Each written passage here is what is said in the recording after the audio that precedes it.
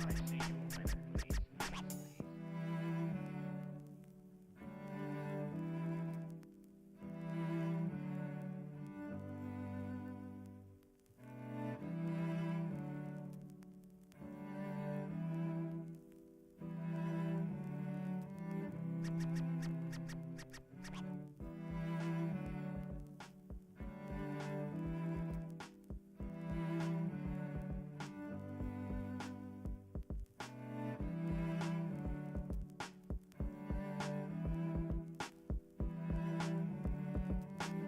I see you a minute, please?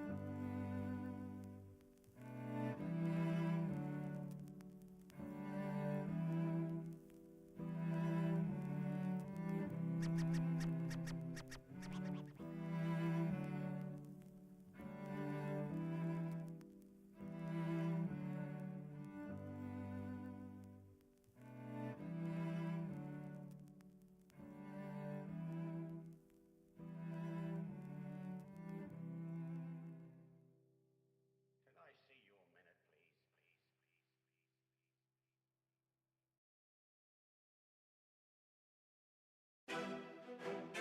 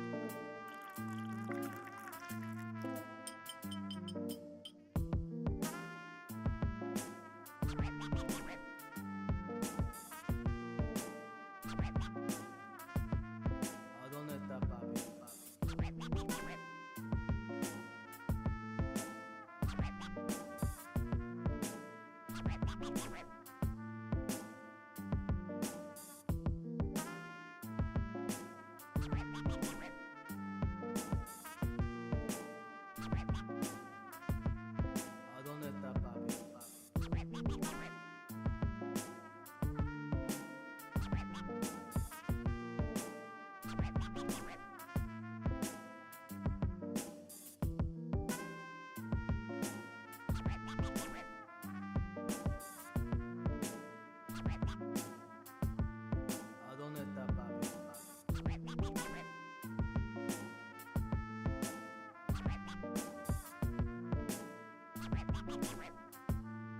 ¿A dónde está papi?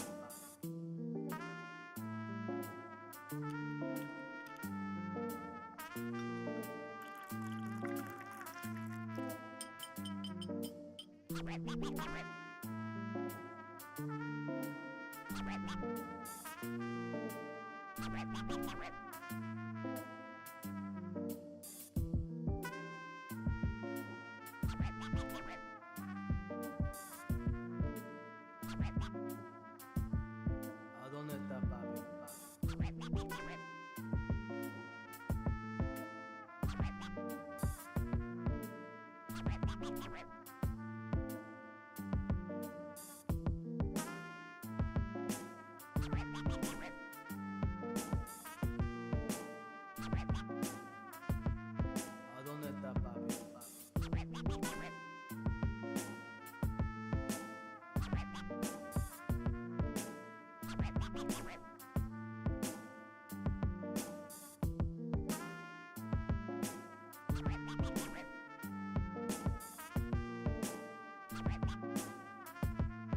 ¿A dónde está papi? ¿A dónde está papi? ¿A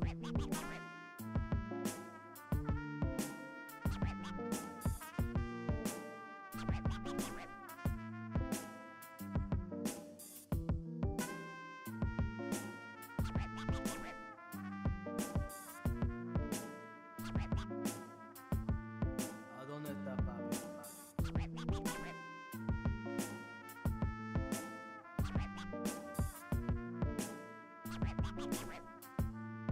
¿A dónde está papi? ¿A dónde está papi?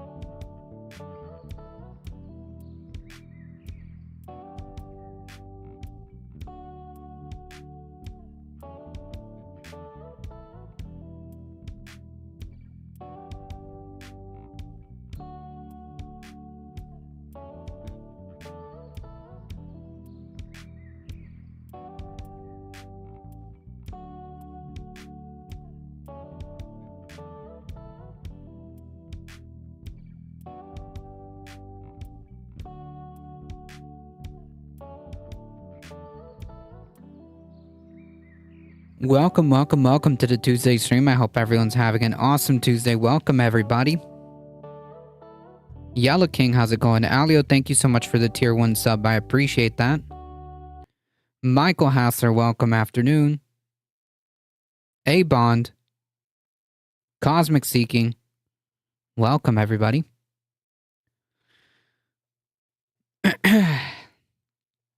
Marjorie Taylor Greene is mad. Yeah, well, she's mad in more ways than one, I could say. Conscious Canuck, make me dab. All right. There you go. That's your obligatory dab. Florida's in for another hurricane. Yeah, this one's not a joke, folks. If you live in the northern part, of the state, kind of like where it starts turning into the panhandle, I would say if you can, now's the time. Now's the time to peace out, because plan appropriately. Plan appropriately, because these storms are no joke. These storms are no joke. Even as a Category 1 hurricane right now, it's expected to intensify to a Category 3 before it makes landfall. Even as a Category 1, if you just look at it, it's huge. It's huge. So yeah, do not take this lightly if you live in the area or know people that live in the area. Yeah, evacuate if that applies to you.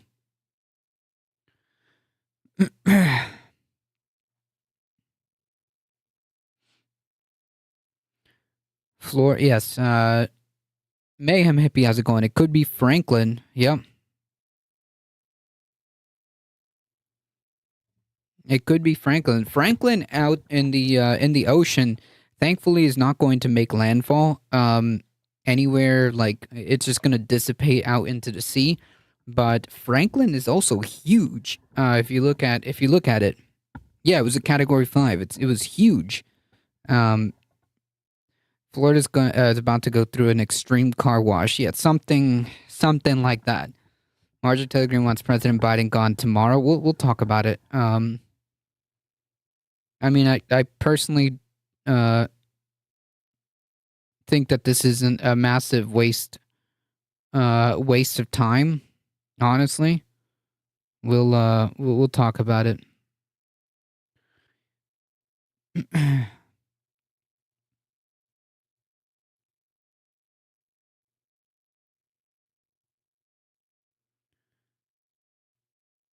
How's Mar-a-Lago? Welcome, Echo Wrestler Dragon. Is Mar-a-Lago even like close to that area? No, it's probably not. Watching DeSantis' face while dealing with Biden over FEMA stuff was great. Yeah. Yeah, so if you live in that area and you need to evacuate, yeah, do so with time, because yeah, it's not, you won't be able to if once it gets too late. No idea. Mar-a-Lago, I think, is on the east side.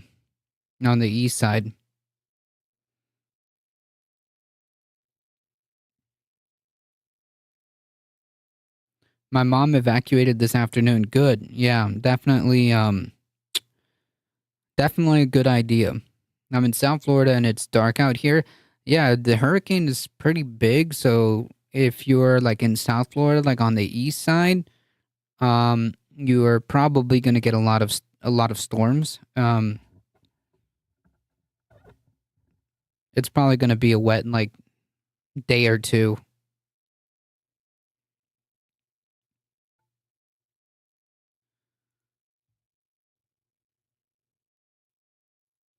Take it seriously, folks, if you know people there.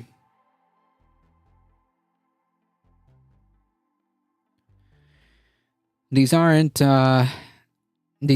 Mima's hurricanes, okay? DeSantis got booed when he went to talk after the shooting. Good, yeah. Yeah, he got booed because like the audacity for him to even show up there, is pretty gross on his part.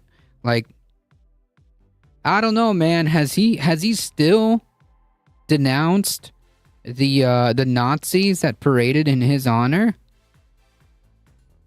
because incidentally, that's also the same person who committed that atrocity. It was literally, he literally drew swastikas on his rifles and pistols. I mean, like, it's literally on his weaponry. He literally drew swastikas on his rifle and pistol. He literally had like racist posts on social media and whatnot. This was a white supremacist. No, he is not. No, he is not. Drew or engraved? I don't know. It was for the point. I don't actually know if he drew it like with ink, with like a some kind of paint or something, or if he engraved it. I actually don't know. But the point being is that these swastikas were there. And to then have DeSantis show his face is absolutely disgusting. Like, the people that support you are marching with fucking swastikas, okay? Still Babbo is curious on how badly they've gotten into it. Engraving weapon is not cheap. That's true. You'd have to get it like custom, right? I imagine. But I mean, we're not talking like the brightest of people, okay? Dude, probably it looked pretty it looked pretty just like it almost looked like whiteout. It almost looked like whiteout, to be quite frank, okay? We're not dealing with like the best, okay? We're not dealing with like the biggest and brightest. So yeah, it looked like freaking whiteout if I remember correctly. But so basically just to briefly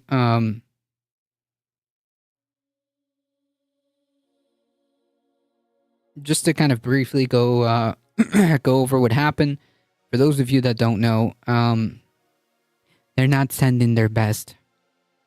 There was a racially motivated shooting in Florida, and the domestic terrorist that perpetrated it was a fucking white supremacist.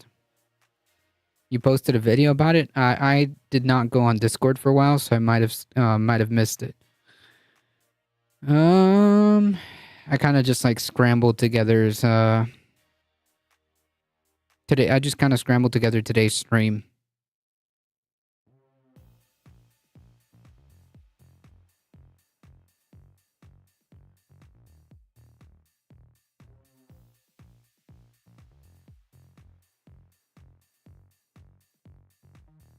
Was it this one? Roofers are furious about this new product that's going viral.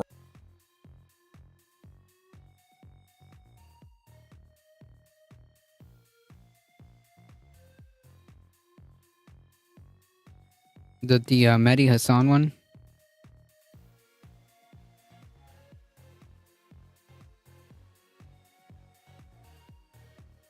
Yeah, that's it. Gotcha. Is DeSantis even going for 45% for primary? I don't know. He somehow has deluded himself into thinking that he has a chance. But yeah.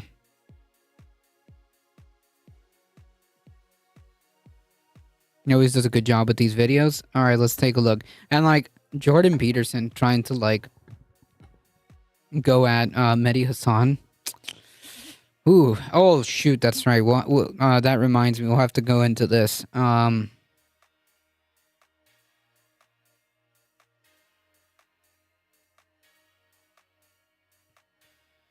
All right.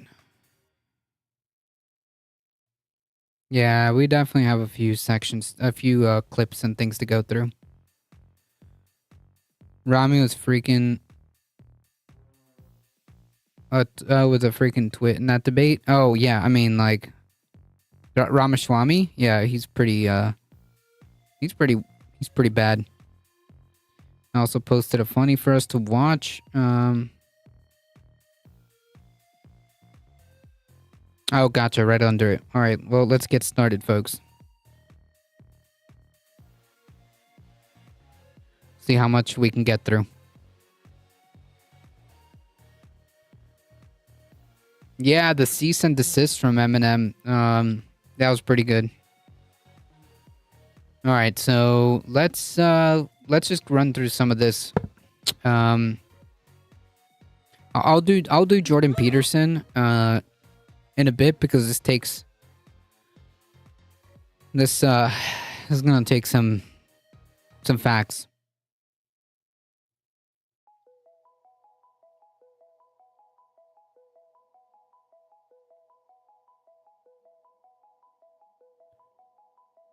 The men are saying, Just another normal day. A very normal, very hinged day at the Tim Pool compound.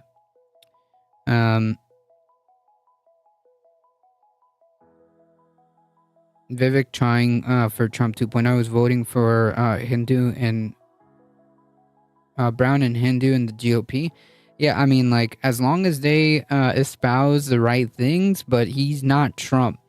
Like, anybody whose name is not Trump at this point in time in terms of the primary only doesn't really have a shot. Okay? Like, if your name isn't Trump, then you're probably not going to win the primary.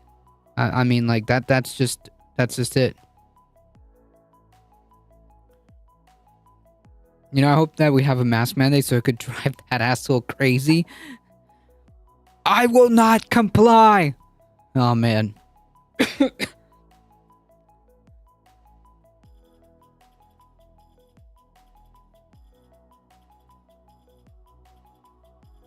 Trump did drop 6 points after his mugshot. Did 6 points in the primary?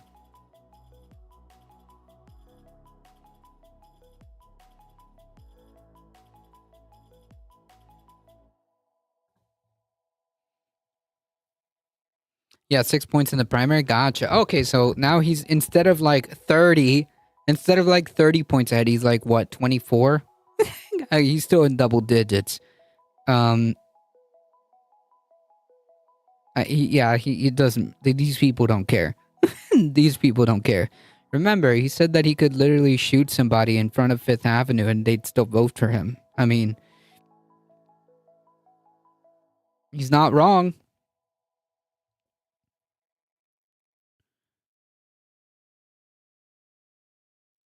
All right, let's take a listen to a very normal, very hinged take from the Tim Pool compound. Let's take a quick listen at what's going on here. the men are saying, we want something different. We don't want the Instagram hoe that I can fly in overnight just to have a quick, That is, first of all, that's a massive red flag, okay? Because, like, you do realize that it takes two to tango, right?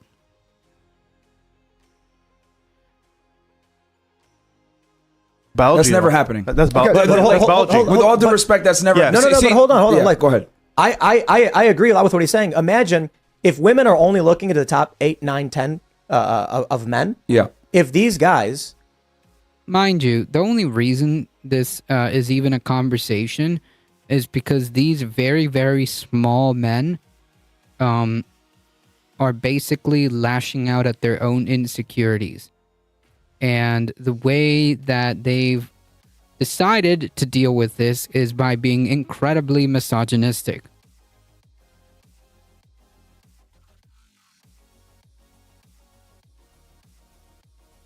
Like, just to be clear, okay? Bipedal Meatbag, how's it going? Ramaswamy thinks that Trump is so great. Why is he running against Trump? Good question. Doesn't have to make sense. if guys like you just started shaming women, do they? You know who's paying for OnlyFans, right? It's lower quality 100%. guys. Yeah, 100%. So if high quality, So what the fuck is a low quality guy? Like, I don't know what that means. What is a low quality guy?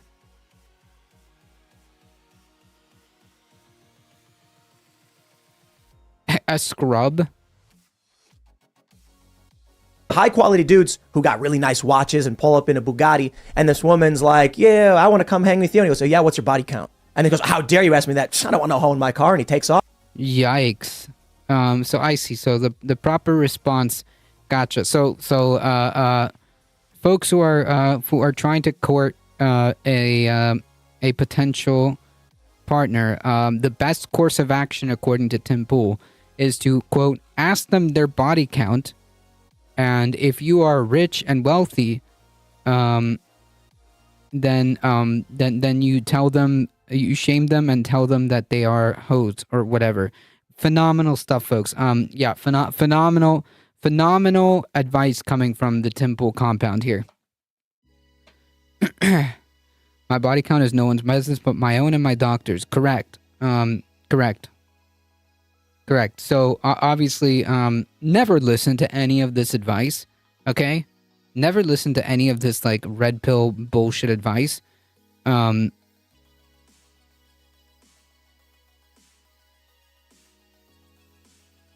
What a POS, true. Tim Pool wishes he was down with the OPV. I wish I knew what that is. Yeah. Now she's embarrassed. She got shut down, and more women are going to say, if I want a high value man, because only the guys are going to come after me are going to be high value. So maybe So or another way this could play out is like women just will see you as the asshole that you are. I mean, like that's super. First of all, it's super disrespectful.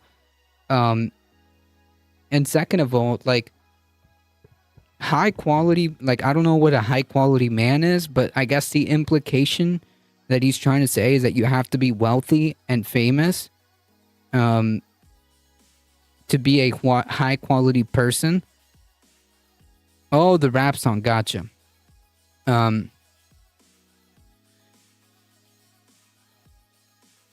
Chronically single Tim Pool gives dating advice. True. Johnny Scarlett rating with a party of 12. Welcome, everybody. Folks, if you have not seen me before, I'm A Difficult Truth. I do the news, I do the politics, Monday through Thursday, 5 p.m. Folks, please go show Johnny Scarlett some love. I know they do phenomenal stuff.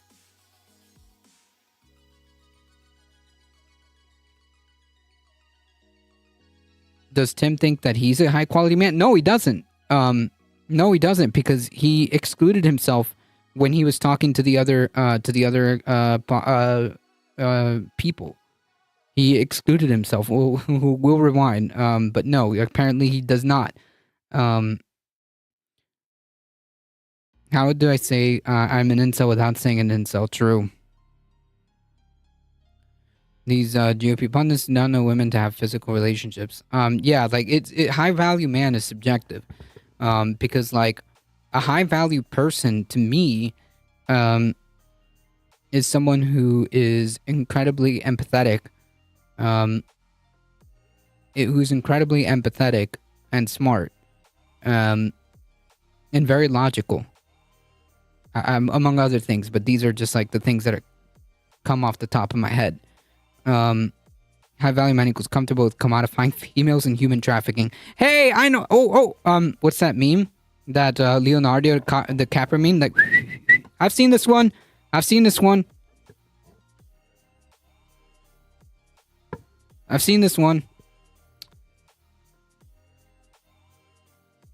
Hey, Alex, what is Andrew Tate for $400?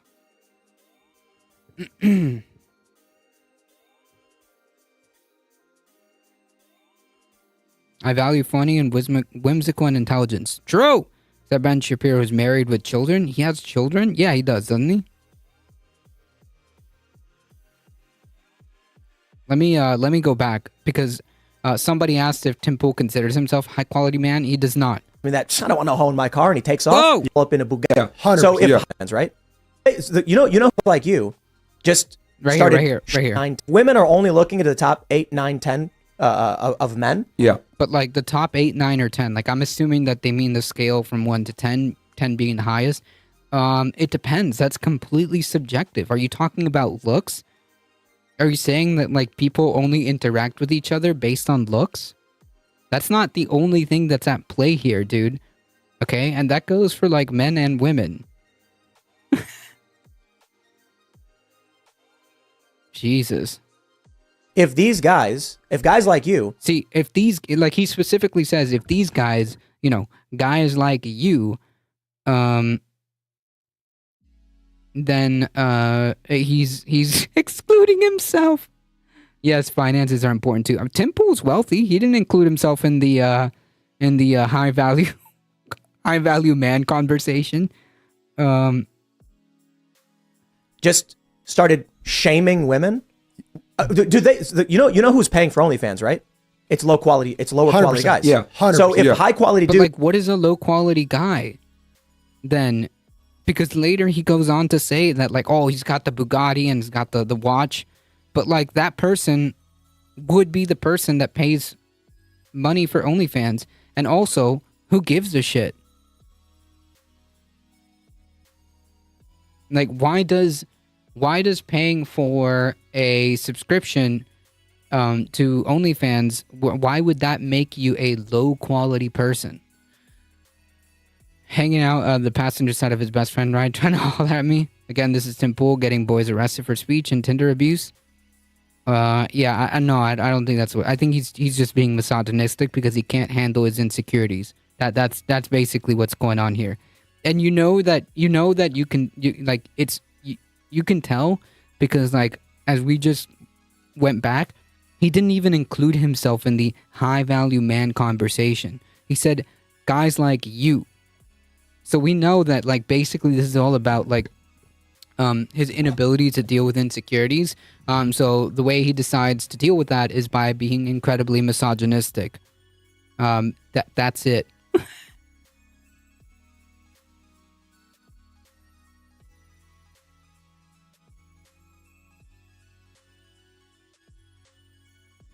Is Tim judging his coworkers in a sexual way? I don't know. I didn't think about that. I don't know. dudes who got really nice watches and pull up in a Bugatti, and this woman's But like, what if those guys with the really nice Bugattis and the watches or whatever are paying for OnlyFans? Is that a bad? Is that like a low value man? I don't know.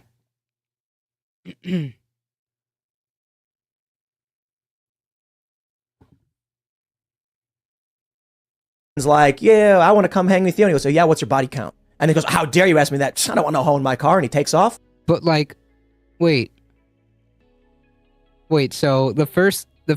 Yes. Okay. So chat, write this down. Okay, write this down. To court, to flirt with a potential partner, make sure that the first thing that you do is ask them their body count because that's absolutely appropriate. That's absolutely appropriate. That's exactly the way you should approach an interaction. Is by asking how many people you've slept with on your first interaction. Okay, got it. Check mark. And then, of course, they can't ask you that question back, right?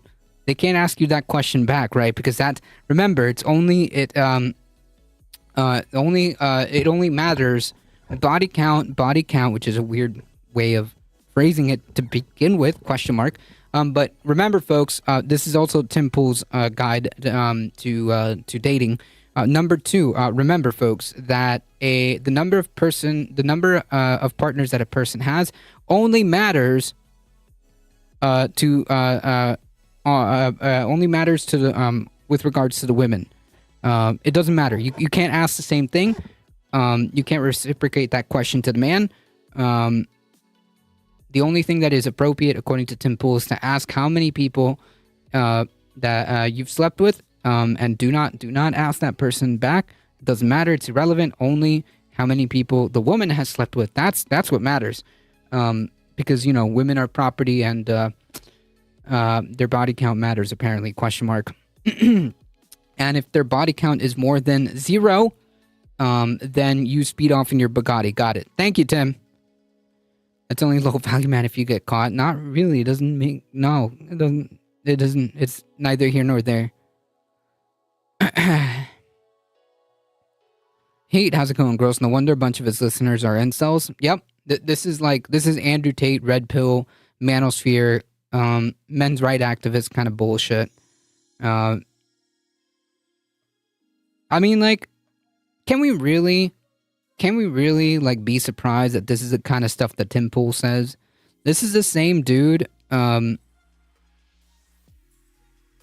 This is the same dude who was like basically saying that like women can't compete with men in chess at the same level because like women apparently don't logic as good as men, ? Citation heavily needed.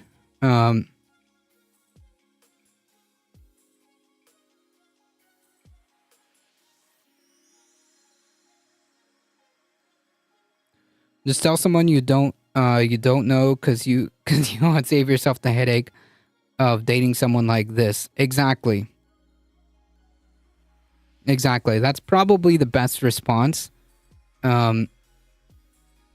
Because like no one wants to be dating this person, okay? Don't be this person, okay? Whether you're a guy or girl, like don't be this person. Like that's incredibly disrespectful. Like if your like first interaction with somebody is like to ask how many people they've slept with, like come on, man.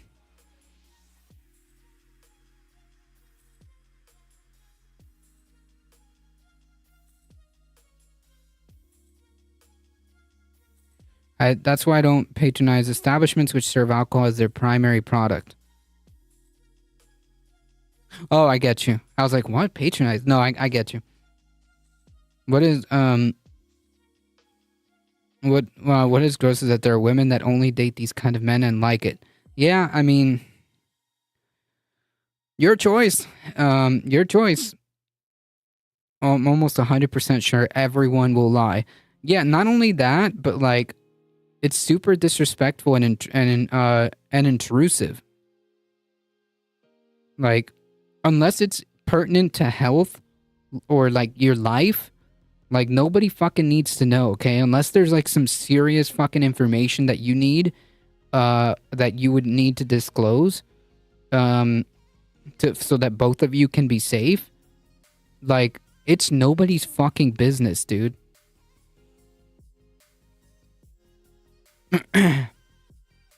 Truly, these red pillars are haram. It's inappropriate to ask your body count. You ask your father that question. No, you ask nobody that question. That's kind of strange. Why would you ask the please tell me that's a joke. There's a time and place for sharing sexual history. Correct. And it's not in your Bugatti while you're trying to pick up a partner. It just makes no sense. Please do not ever listen to people like this, okay?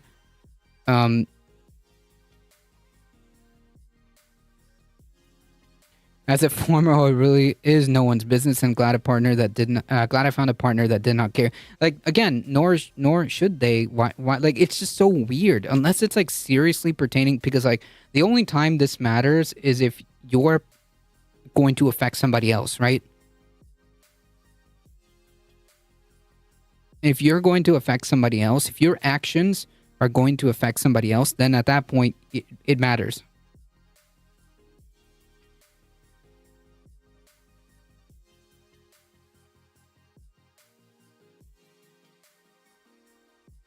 These red pillars are LARPing conservatives, whether Christian or Muslim. What does that mean? Can you clarify? Like, actually clarify what that even means. I'm in a good mood. That's awesome. That's good to hear. I hope you're feeling better. Seriously, people who talk about sex the most are probably not getting sexual relations. Maybe. I mean, like Tim's deep insecurities are pretty much on display here.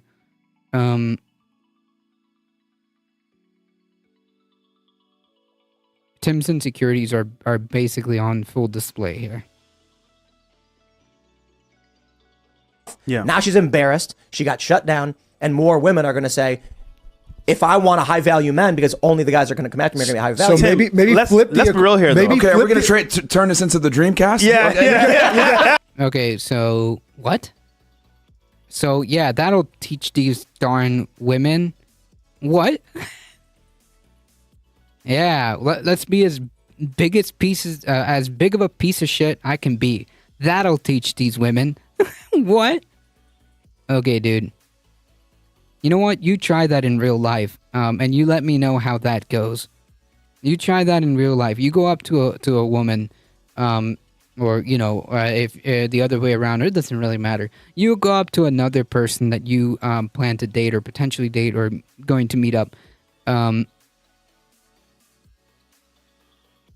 you do that and see how that works. In fact, you should probably document that for all of us. I just took a double dose of Sudafed. Gotcha.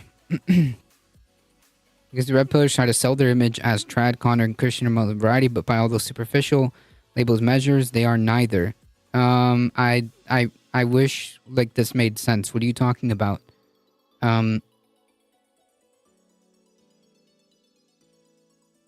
Temple, I don't think is a Christian or Muslim, or I don't think he puts religion as like really big, as a really big thing, but he's still like a red pillar and he's still doing the same thing. But these guys are dampering the mood, if nothing else in their lives. Oh yeah, no, we're almost done. It's just like to point out just like how gross Tim Pool is, honestly.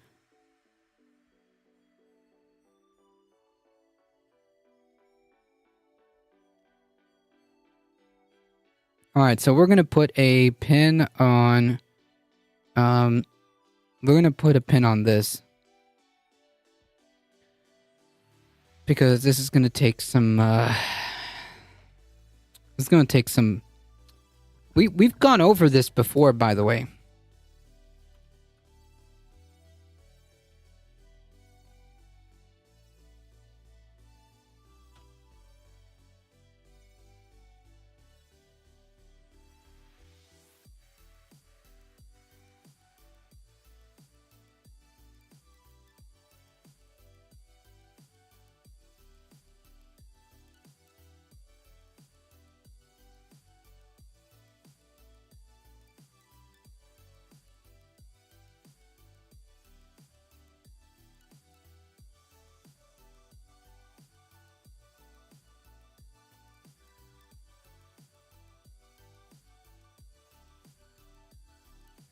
But this one's gonna take a little bit of research.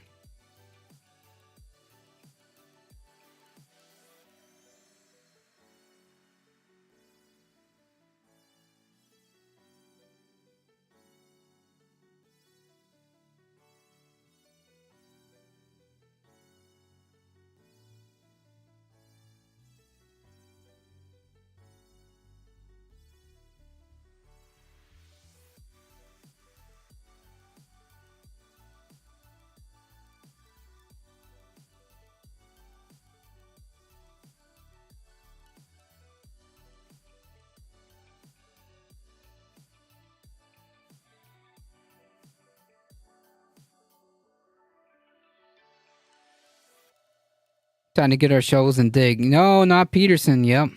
Sorry, folks.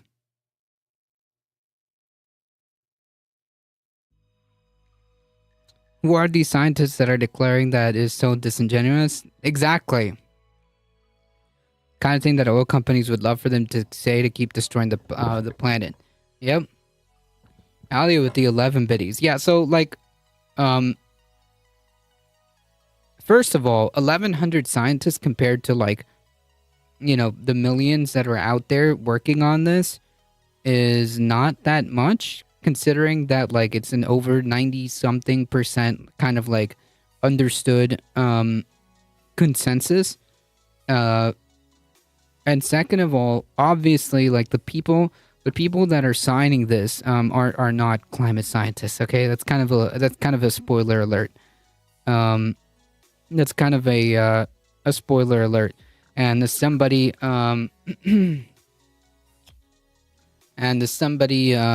just pointed out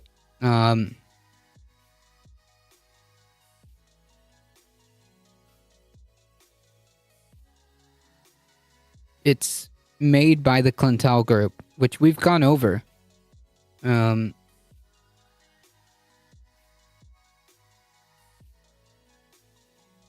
Their job is to downplay the climate crisis. And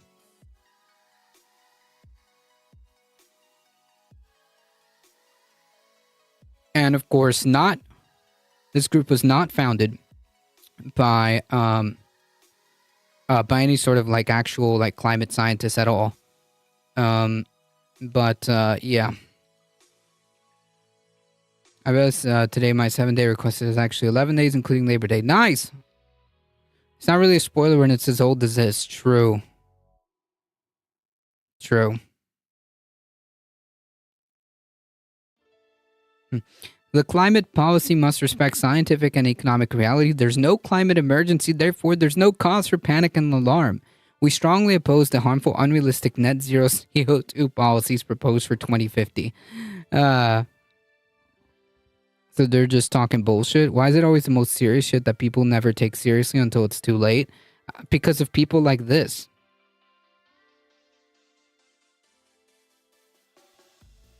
Because of people like this.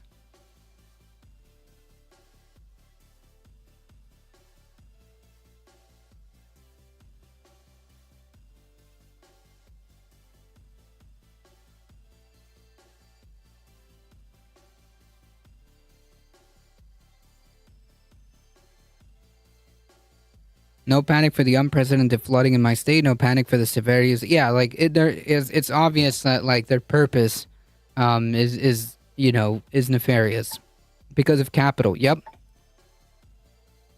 If only we could put a content warning for bullshit. I mean, we had fact checkers, and like honestly, if you just look into the Clintel Foundation,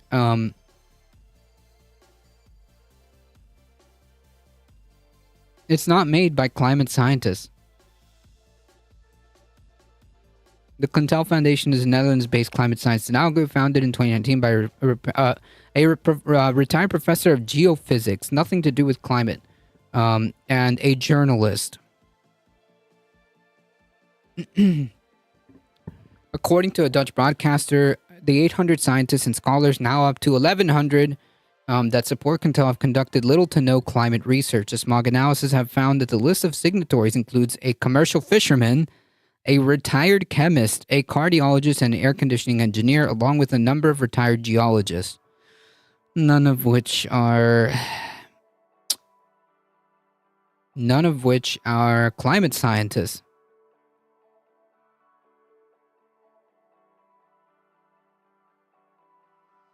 So they can stop prioritizing profit and start prioritizing our way of life. There's no incentive to in a for-profit system. As the Simulacra just pointed out, there is no room. You must, in a capitalist society, the whole point, or in a capitalist system, I should say, the whole point is prioritizing profit. That's it. Everything else is secondary. That's it. If you operate in a capitalist economy, a capitalist society, the priority is profit. That's it. Everything else is secondary. There is no room for anything else. Everything else is anything that happens out of that is just kind of like a byproduct.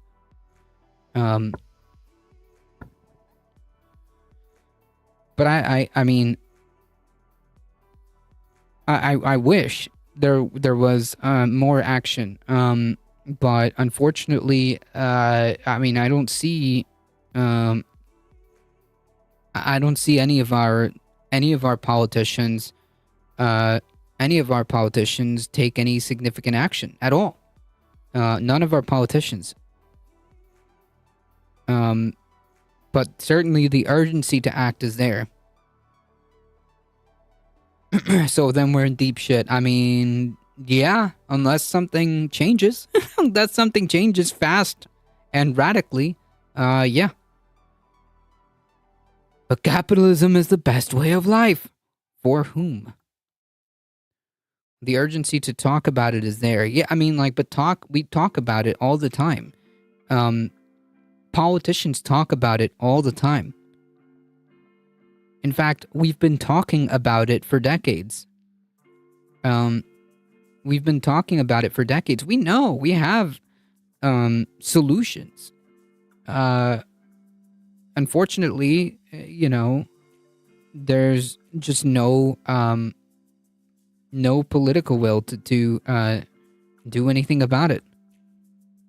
But yeah, there are solutions right here, right now, and unfortunately, none of our decision makers are inclined to do anything. People on planet are slaves to this shitty system. True. Exactly. The guys in charge don't care.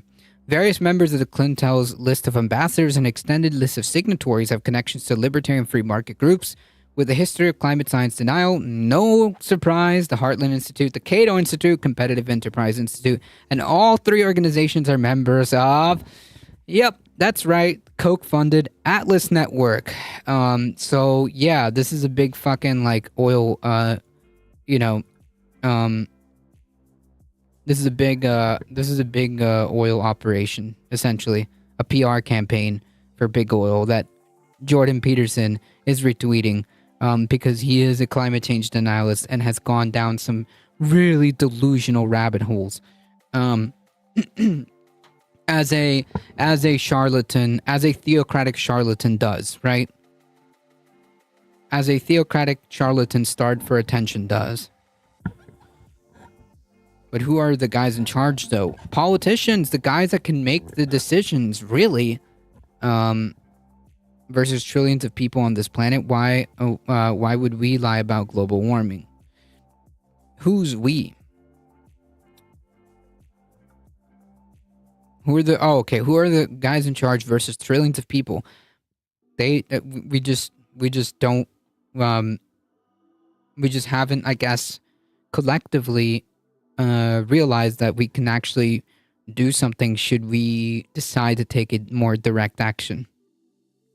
It's all about the money. Money comes out of the ground to fund propaganda directly, and then that comes back, and it turns into a feedback loop.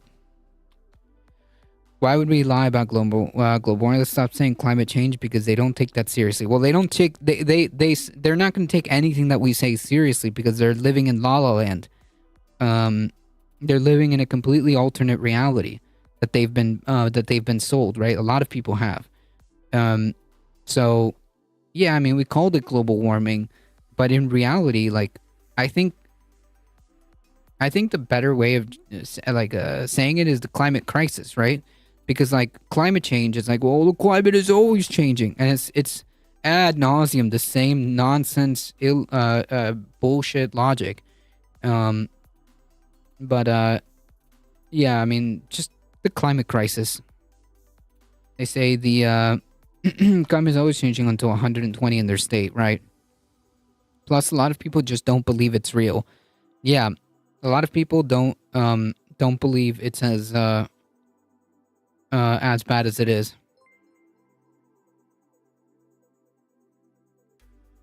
Climate disruption, yeah, whatever you want to call it, crisis, emergency, yeah.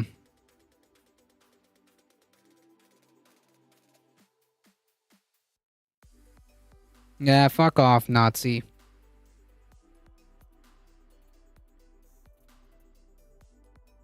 Anyways, the other side literally believes that we maybe convincing them of anything might not be reasonably viable. Agreed. And they want FEMA from the increased natural disasters. Yep. Or until their air is so contaminated that it's too dangerous for us to go outside. Right, and then they'll just blame like the Democrats or something.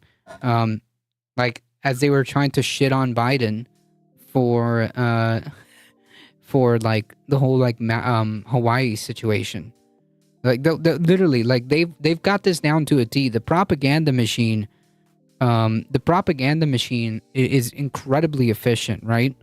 I mean, like I can almost predict I can almost predict their response, right? Yeah, that's another one. Exactly. The simulacra, they'll just say China or immigrants, right? And just go straight into like the straight into the eco-fascism. The electric company admitted to starting the Hawaii fire and then tried to blame the fire department. Question mark? How? Blame them for not doing anything, just like with COVID. Exactly. It's either the Democrats' fault, brown people, China. I mean, literally, they have these things down to a T.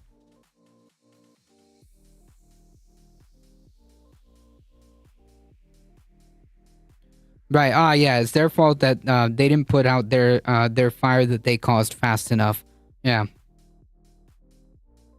Makes sense. I'm losing faith in humanity. I completely understand. However, that's the kind of energy you need to gather and redirect and keep going.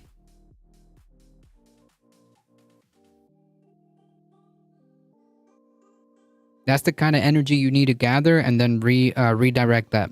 Surprised they didn't blame the space lasers. They did. There was a whole discourse on like the far right conspiratorial kind of section that was talking about lasers. Not joking.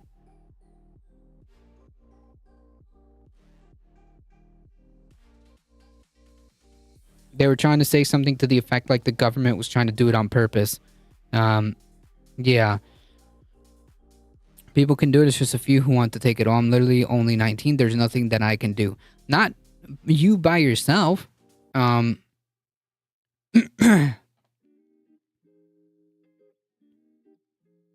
People see the science and they say that's just bullshit stats on paper. Right. They can literally see the writing on the wall, perfectly illustrated. But yeah, I mean, I've literally seen that argument. I could put all the type of receipts on the screen, and it won't matter to some of these people. But it doesn't matter. We do what we can with the time that we have, with the tools that we have. You may only be 19, but you do have different options that you can take as an individual. You can organize. You can join. Environmental groups. You can join habitat restoration groups. You can, deploy these type of direct action tools. You can join climate protests. Things like this. You do what you can. You do what you can. Sometimes spreading the word. Sometimes arguing with friends and family. Sometimes it means, talking to your family, maybe convincing one person, trickles down, to convincing other people. What's your time protesting, Burning Man? You sound very passionate. You can use that. I agree. We've been talking about this and protesting and having meetings for decades. Yeah, and you keep doing what you can. It's not incumbent upon one person. You can't put everything on one person's shoulder. You can't expect to carry all that by yourself as an individual, right? If that's what you can do, then so it is. You do that. You protest, you have meetings, you show up at your city council, you vote in local elections and state and national elections. You do what you can. You encourage other people to do the same. You encourage other people to join. Show up at meetings or city council meetings or whatever it is that you have the option of doing. You may not be able to do it all the time, but you do what you can. Nothing, like, we shouldn't expect that one person, or we shouldn't expect that, like, an individual is going to solve this problem. Because that's just not feasible.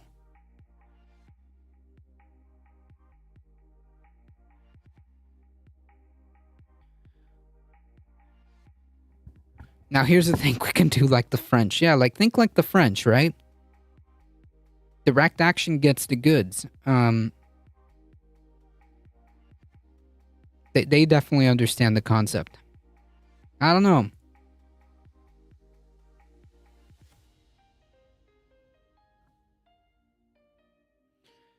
Well, I guess we inadvertently did the Jordan Peterson segment. But yeah, the TLDR is that this fucking clown continues to perpetuate this. And he stated like in multiple videos recently that this is just like climate alarmism or whatever.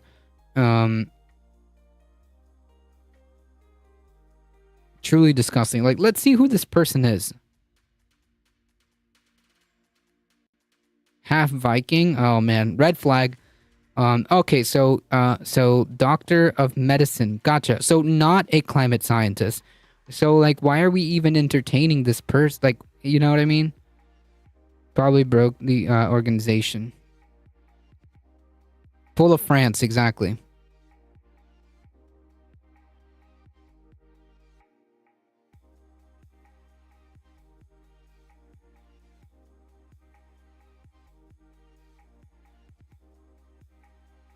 The first thing that you should question is like, who are these scientists? And the answer to that is not climate scientists, okay? Like, if your organization has like core ties to the Koch founded Atlas network, like at this point, like I think we can, you know, catch the drift. I think we get the gist of what's happening here, right? And Jordan Peterson being an active and an ardent perpetuator of this. It's disgusting. It's disgusting. And he's a fucking piece of shit. He really is.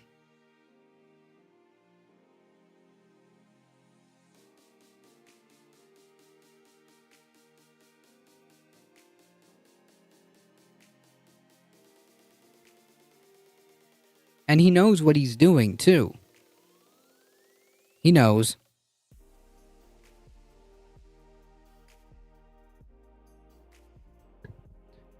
He knows that this is dishonest. He's always looking for any straws to grasp to say, "See, I'm right." Yeah, but he knows what he's doing too. Like, not only is he trying to like, you know, always get a gotcha on the woke mob. On the woke mob, but he knows what he's doing, right? Because like, I'll be honest, I blame the Koch brothers for the Tea Party movement that ultimately led to the GOP we see today, 100%. So it's no surprise that they're behind this too, or the remaining Koch brother. Haha! Look up, what are we doing about climate change, and you get nothing. Yeah, not well. It's because we're not doing much, if anything. Like the stuff that we're doing is very minimal for the time that we have and the urgency of the type of action that we need to be taking. It's very minimal. Like, it's very minimal. So yeah, so this guy knows what he's doing, right? Because like, let's be honest, I'm not college educated. Okay? But like, the immediate question is like, wait a minute. If the stat was like over 90-something%, like over 97% of scientists all agree on the anthropogenic theory of like how this climate crisis is being fueled, then who are these, right? Like, that would be the immediate question, even if you don't like understand. Like, the immediate question is, well, who are these people, right?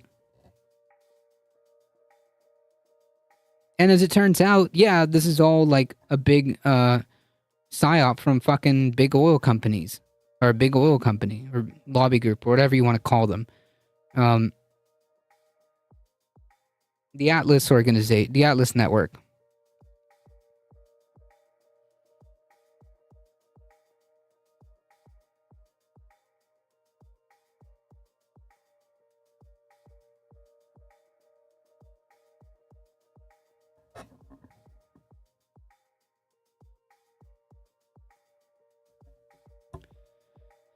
Anyways, yeah, Jordan Peterson, incredible garbage human being. Yeah, free market equals red flag, because like the free market is the one that's driving this problem. So why would you put it as a solution? Anywho, garbage human being that should not be taken seriously. Jordan Peterson should not be listened to in any point, in any capacity whatsoever. Like I said, he's a theocratic charlatan starved for fucking attention. And he needs to constantly make a fucking fuss to get that attention.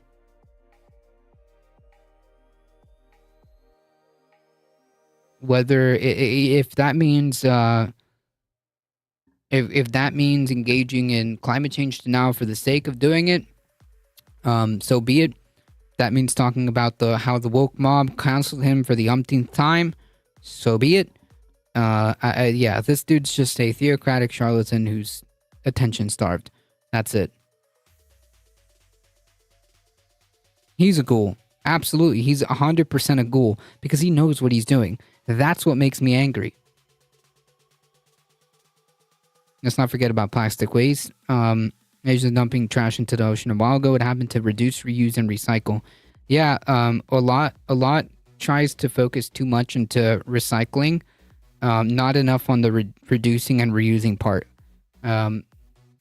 People forget there's three points to that little triangle. People always focus on the whole recycling end of it. But yeah, reducing and reusing is incredibly important too. Don't forget upcycling. True. Anyways, garbage human being. All right, let's move on.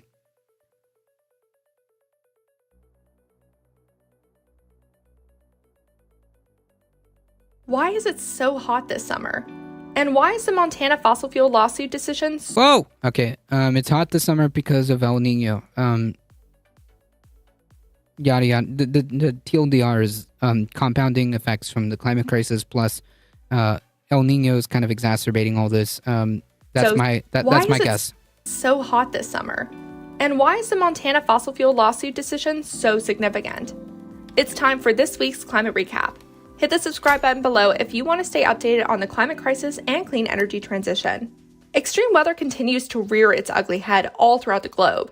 I'm not going to spend too much time on each event, but in the past 2 weeks, more than 100,000 people have been evacuated due to flooding in Pakistan and northern India. Canada's wildfires have caused tens of thousands of people to evacuate in the country's Northwest Territories. The Pacific Northwest hit new August heat records. The west half of Maui burned to the ground. Southern California saw its first tropical storm since 1997. Wait, 97 or 1984?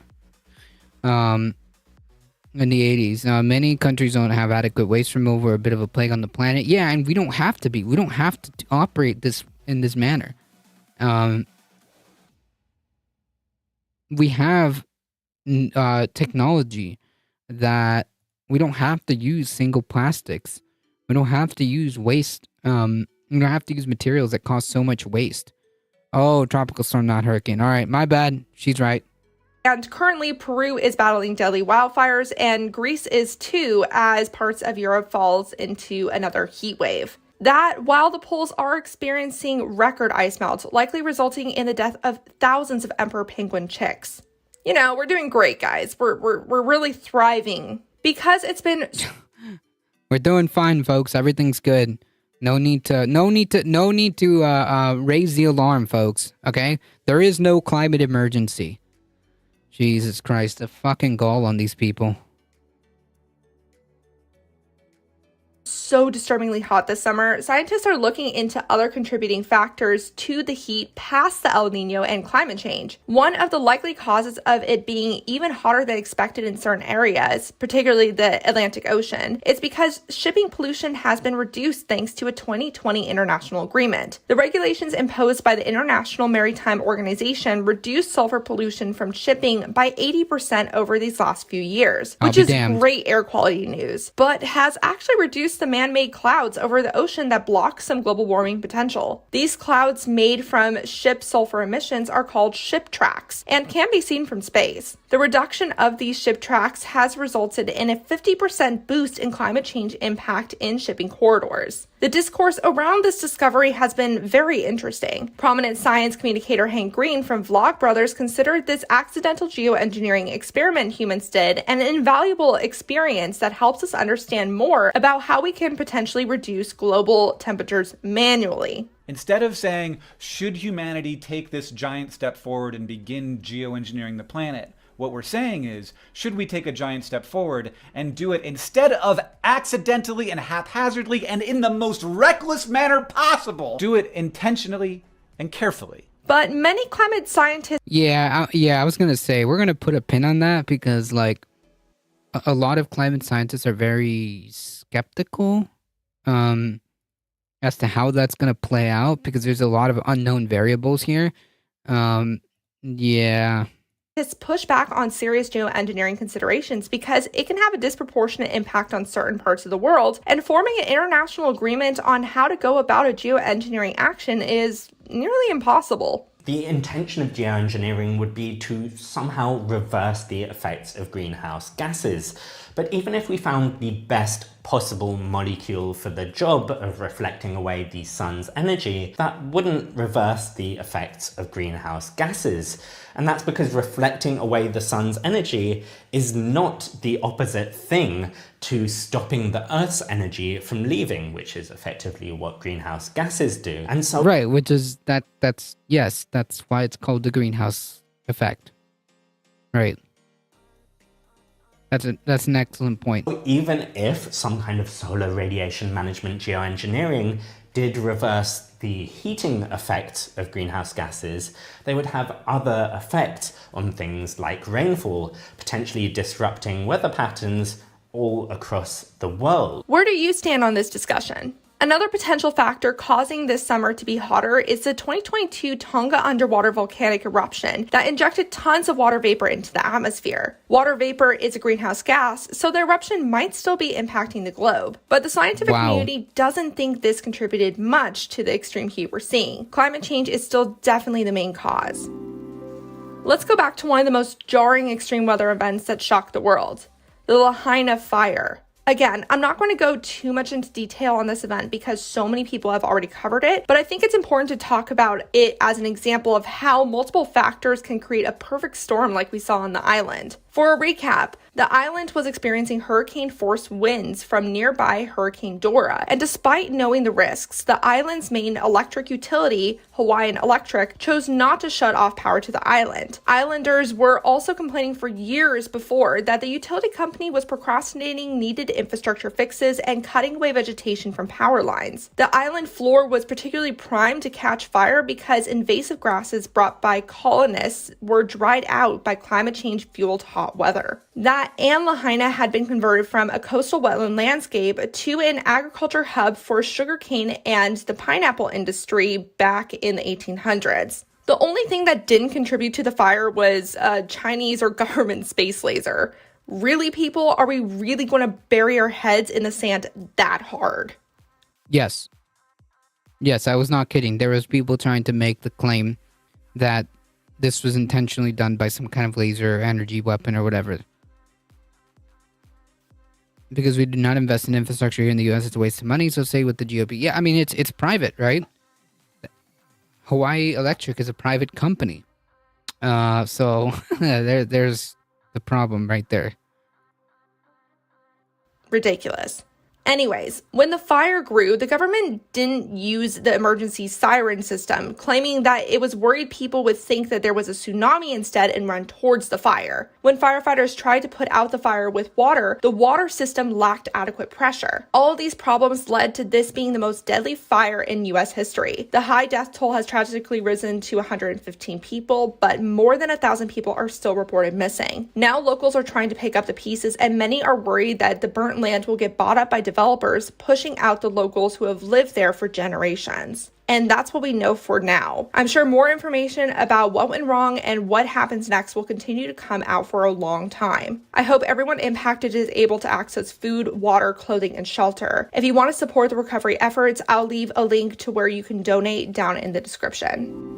Fossil fuel companies including Sonoco, ExxonMobil, and Chevron are working to get a climate lawsuit against them dismissed in a Hawaiian court as we speak. The city and county of Honolulu is suing the companies for lying about how their products impact the environment. Honolulu is asking for fossil fuel companies to pay for climate change-induced damages. The fossil fuel companies' attorneys are trying to argue that cases like this should be in federal courts instead of state courts, but this is unlikely to sway a judge since the Supreme Court actually pushed a similar suit back down to the state courts after fossil fuel companies brought it to their attention. You heard me right. Earlier this year, the conservative supermajority actually sided with climate activists on something. Historically, federal courts are more likely to side with fossil fuel interests compared with state courts. So last year, the fossil fuel industry brought the question of where these suits belonged up to the Supreme Court via Board of County Commissioners of Boulder County v. Suncor Energy, Inc. The Supreme Court voted to keep these cases in state courts, which was a huge win for fossil fuel lawsuits. So Honolulu v. Sonoco is a case to keep an eye on. Nice. That's actually pretty freaking good. Because if they're able to win a decision or win a case that proves that you can sue for damages that these companies have caused, that's a pretty good W. That's important. It is for what it's worth, you know? Oh, that'll definitely happen. It is happening.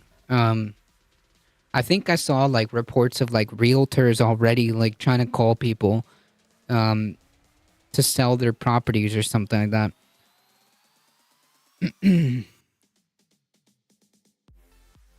Because that's the usual thing. Profit from disasters, of course. If you live in a system where the primary motivator is profit, it doesn't really matter, right?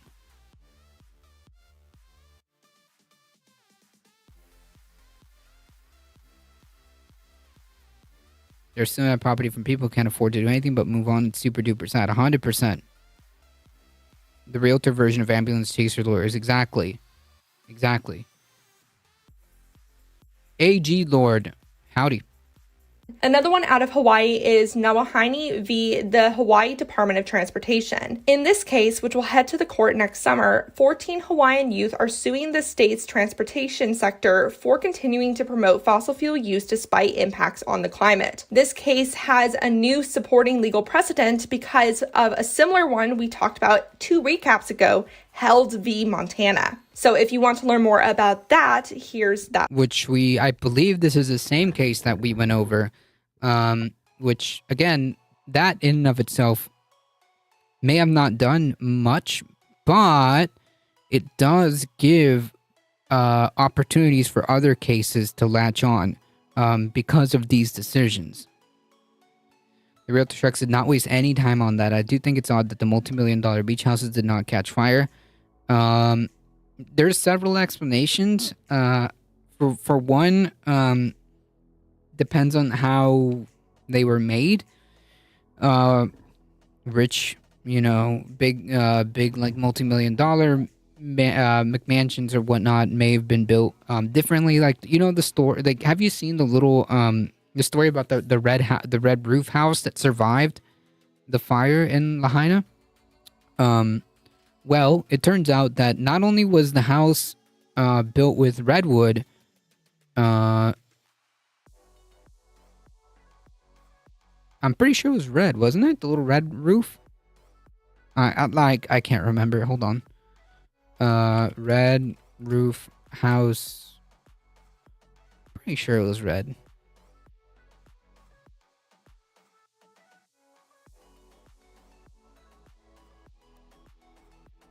Oh, yeah, there it is. Yeah, it was red. Okay. So, there's a few explanations. Like, this was built with redwood, which is, like, naturally fire resistant.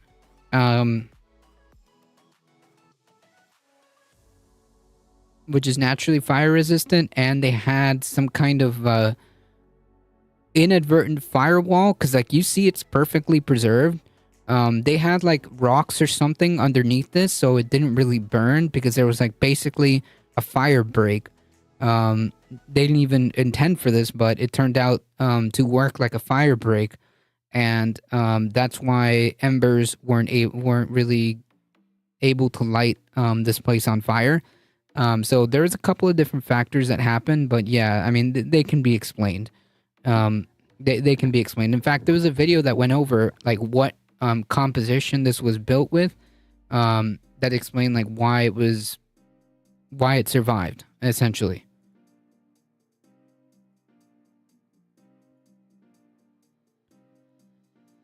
Just because there's no immediate change does not mean changing legal precedent is unsuccessful. Laws take a long time to change generally. Yeah, I'm definitely agreeing. I keep my tin cap on this. It just smells super fishy, and the government is known for doing shady shit on native land. Yeah, but this is not one of them.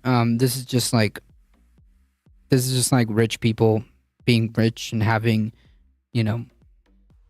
that already like set up the way it did. Or I don't know if they ordered it or made it like that intentionally, but it ended up being that the material that was used, like redwood, California redwood, is specifically known for being pretty fire resistant.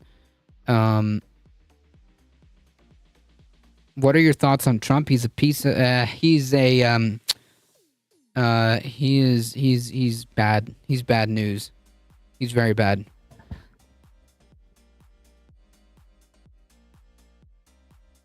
He's very bad. I mean, like, what can you say about, like, somebody who attempted to overturn the election of the United States? I mean, what can be said? Dude's a fucking traitor. Dude's dangerous. Video. The judge in Held v. Montana just sided with Montana youth in saying that a 2011 rule Montana imposed stating it didn't need to consider environmental impacts in large projects was unconstitutional. This landmark ruling forces Montana to consider the impact of current and future fossil fuel projects before starting or renewing them. It reinforces that protections for current and future generations in a state constitution does mean that the state is on the hook for its climate impact. Therefore, the decision will also help support similar lawsuits in Hawaii, Utah, and Virginia. That's pretty good. That's actually pretty good news. The mugshot was hilarious. That dude's mad. That dude's mad, and you know what? Fuck him. Over the next few years. Let's keep this lawsuit theme going. Environmental groups, including the Southern Environmental Law Center, are suing the state of Virginia over the Republican governor's decision to remove the state from the Regional Greenhouse Gas Initiative, or RGGI. RGGI is a cap-and-trade market between 12 mid-Atlantic and Northeast states that's meant to encourage the region to reduce its power plant emissions. Power plants under the initiative must purchase allowances to release carbon dioxide if they're a certain size, and this helps tackle the fact that oftentimes plants in one state are helping to power a different state. The environmental groups claim Virginia's Air Pollution Control Board and its Department of Environmental Quality don't have the authority to remove the state from this initiative because it was the General Assembly that voted to enter the initiative in 2020. The Air Pollution Control Board called RGGI a regressive tax on Virginian families and businesses, but the Southern Environmental Law Center argues that the vast majority of Virginians support staying in RGGI because it helps reduce air pollution. For the 18 years the RGGI has been in play for the original. Wow. But dare we question King Trump? I did nothing wrong, and they indicted me. 10 states involved. The states have seen a 50% reduction in total emissions. That's twice the decarbonization rate of the rest of the country. So this is another lawsuit to keep an eye on. Virginia is one of the largest fracking states in the country. Wish you could listen to the recaps in podcast format? I've got you. Check out the Climate Recap wherever you get your podcasts. More info can be found in the description. Now back to the news. Environmental leaders from 185 countries just adopted a multi-billion-dollar fund to support the international goal of conserving 30% of lands and waters by 2030. This goal was deemed necessary by global environmental groups because the Earth is experiencing a major biodiversity crisis. Without biodiversity, we have no chance of solving the climate crisis. Some call the Kunming-Montreal Global Biodiversity Framework the Paris Agreement for nature. It lays out 23 targets, including having the international community provide $200 billion a year for conservation efforts by 2030. That's not good. If you refer to it as like the Paris Agreement for conservation, yeah, the Paris Agreement really didn't do much. Hopefully this one's like better and more enforceable, because like if it's the same as a Paris Agreement, like, oh yeah, we'll do something like the winking lady meme, like, oh yeah, we'll take care of our end of the deal, winky face, and there's like no way of having an enforceable contract, then it really means nothing. 2030. The world's island nations and least developed countries are slated to receive more than a third of those funds. In order to reach the $20 billion a year budget, developed countries must provide at least $20 billion a year by 2025, which I'm very skeptical they'll do, considering rich countries have still failed to provide the $100 billion a year to help developing countries prepare for a rougher climate. The Nature Fund, which is managed within the Global Environment Facility Of TikTok, who gets news and real things happening from mass media nowadays? Whoa, hey, what do you think I do? No, I'm kidding. Like, I understand, like, the I guess a benefit of social media is that you can get a lot of live news quickly and like on the spot. But yeah. I put Twitch on in the same category as TikTok. True, they're all social media. Sharpie Diesel, how's it going? The amount of heat stored in the ocean has increased since the 1950s. Ocean heat affects the usual affect surface temperature, sea level, and currents, which eventually impact weather patterns, marine life, and communities worldwide. Dive into the data to learn more. Yeah, of course. It absolutely does. In fact, the ocean takes in a lot of our excess heat that we're causing. I think it was like over 80%, something like that. Some absurd number of how much excess heat the ocean absorbs. It's some absurd number. But yeah, should there be a scenario where it affects the currents, like the AMOC current, and it ends up slowing or shift or pausing altogether, stopping altogether, that's going to severely impact weather patterns across the planet, so on and so forth. I mean, like, we don't know like how bad or what exactly the ramification, the extent of the ramifications are, but it's not good. that's about as like about as sure as we can be. Is that it's not good, not great. Something we do not want to find out. Needs at least $20 million in it to become fully operational by December, and it is well short of that so far. But Canada said it would add another $147 million, and the UK promised to add another $13 million, so hopefully it will reach that target soon. Do you think these countries will follow through? Let me know your thoughts in the comments. Short answer? Short answer? Nah. Unless it's like an enforceable like contract or treaty, no. The answer to that is no. They're not. No one gives a shit. Yeah, the destabilization of AMOC is a possibility. It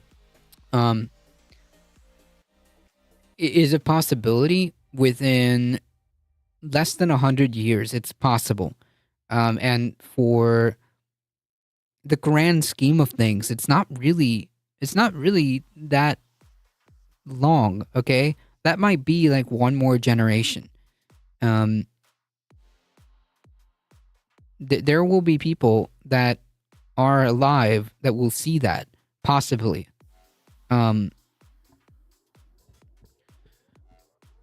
It's already happening. We could use an ice age or two. Who's we? We is a lot of people, because I'm not down. I'm not down to find out what the heck is going to happen, or what the severity of the severity of the ramifications of this is. I'm not down to find out. Who's we? Ecuador passed a referendum to ban oil drilling in parts of the Yasumi Amazon Reserve and mining in the Choco Andino forest outside of Quito. Oil and mining are the country's first and fourth largest outputs, so this is a big deal. These bans have been in the works for a while now from indigenous and environmental activists looking to preserve the Amazon rainforest, which is quickly becoming unstable. This ban requires the state-owned oil company Petroecuador to stop its operations in the area within a year. This will cut Ecuador's oil production. Are you a leftist or a rightist?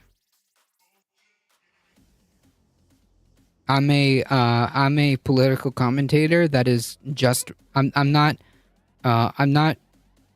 a right winger. I'm just right.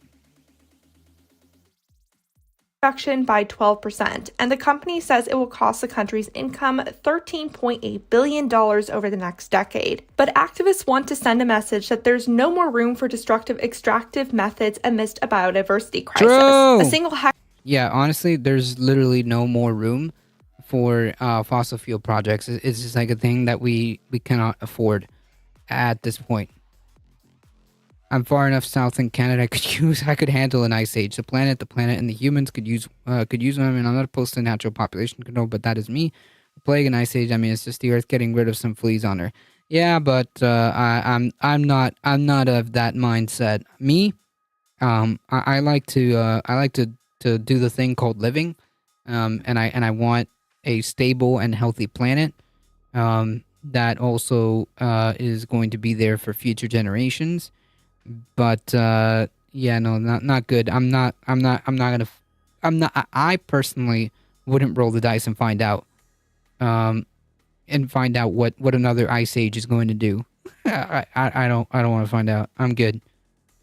I'm pretty much in South Canada as well. We will be okay. I'm not used to that type of cold, okay? I'm not used to like ice age cold, okay?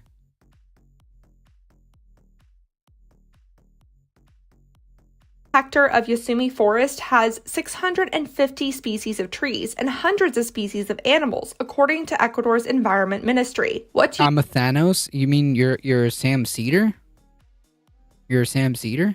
Gotcha. What do you think of this new rule? Let me know, especially if you live in Ecuador. Based. Back in the US, President Biden declared 900,000 acres around the Grand Canyon a national monument to protect indigenous sacred land from uranium mining. This is the 5th national monument Biden has created since entering the office. President Obama originally declared a 20-year ban on uranium mining in the area, so this new national monument makes that ban permanent. This ban has frustrated nuclear advocates because uranium prices have gone up since Russia declared war against Ukraine. Russia is a pretty big supplier of uranium, but Kazakhstan actually represents 43% of the world's supply. Fun fact. Uranium mining protesters argue the mining process results in radioactivity in the area that could potentially enter the waterways. There is an exception to this ban, though. Companies like Energy Fuels Inc. that received mining approvals before this ban can continue mining.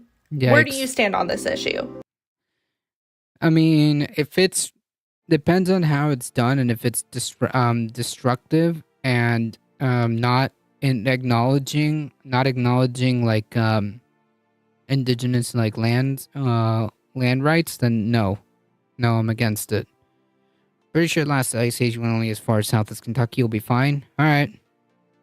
After losing much of our garden this year due to rain, we planned a secondary grow room. Nice. We still have to like work on more gardening, to be honest.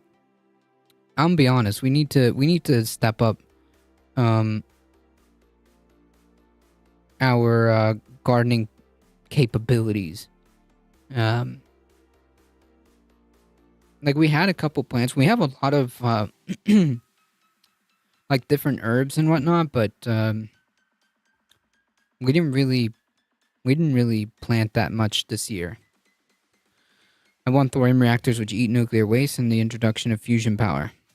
Yeah, I mean, like, how far are we from being able to do that, like, in a timely fashion? Like, that's literally my only thing. Like, are we able to deploy that fast enough? Are we able to deploy that faster than, say, are we able to deploy that in a timely manner faster than we would be to, like, just begin to decouple ourselves by using like renewables? I like, to me, it's a secondary thought, because like the only thing that I'm concerned with, is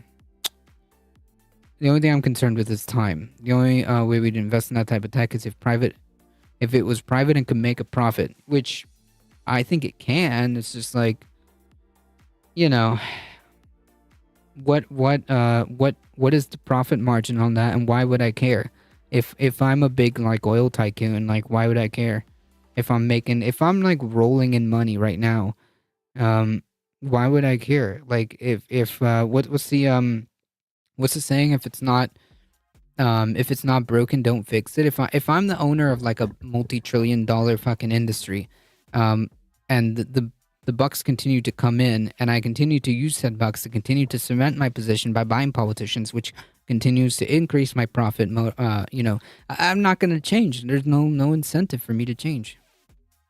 Finally, we've got to talk about the Fukushima water release happening right now in Japan. Protesters have been arrested, and China is blocking the sale of Japanese seafood because the Japanese government has begun releasing water into the Pacific Ocean that was originally used to cool its Fukushima nuclear reactors after its famous 2011 meltdown. Should we be worried? Does this mean we're going to start seeing Simpson three-eyed fish coming off the Japanese coast? Well, let's talk about why the Japanese government and the International Atomic Energy Agency think not. For a overly simplistic recap, the plant melted down after an earthquake and tsunami caused its backup shutdown process to fail. Water was poured over the reactors to avoid a larger disaster, and this water immediately became radioactive. Since then, the Japanese government has been filtering out the radioactive particles from the millions of gallons of water using an advanced liquid processing system. It's able to filter out most of the hazardous particles except for tritium. Tritium is made from hydrogen, so it's nearly impossible to filter out of water. From there, the government diluted the contaminated water with seawater, bringing the tritium levels down to well below safety limits. Now, to put the wastewater into the Pacific Ocean, the Japanese government is piping it through a tunnel under the seafloor to further dilute the water. This release process will happen slowly over decades to make sure it doesn't impact the marine ecosystem too heavily. Many scientists say this is basically as safe of a disposal process as you can get. Safer than, frankly, a lot of nuclear wastewater gets treated globally. So why are people in neighboring countries so upset? Why did China do a blanket ban? Frankly, I don't know. The only conclusion I can come to is just fear around anything nuclear and radioactive. Am I missing something? Let me know in the comments, because I really can't find anything. Tritium also insists in concentration of parts per million. And it glows too, right? It's been leaking into the ocean the whole time. Now they're just doing it intentionally. Gotcha. SMRs are being produced for industrial purposes right now. Current nuclear regulations are slowing it down. Well,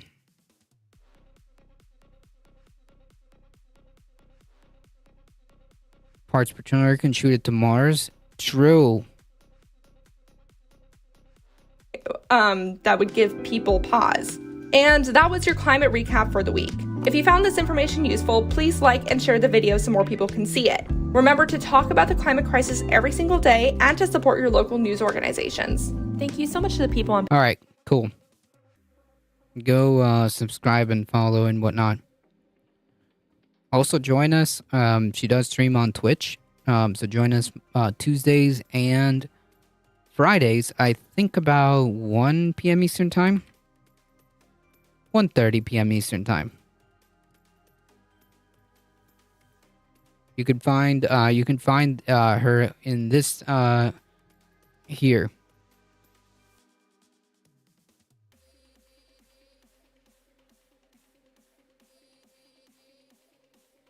All right, let's switch gears. Let's try to do some of these headlines. We'll do this one really fast.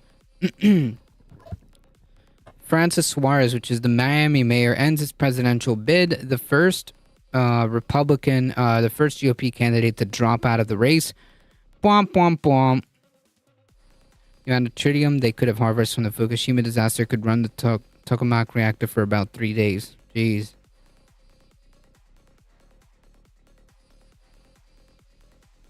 So, Professional Clown Shoes, mayor of Miami,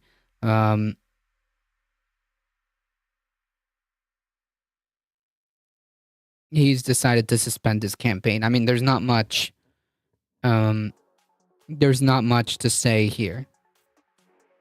1 down, 10 to go. Like I said, if your name isn't Trump, then you're probably not winning the nomination here. It's not a lot, yeah.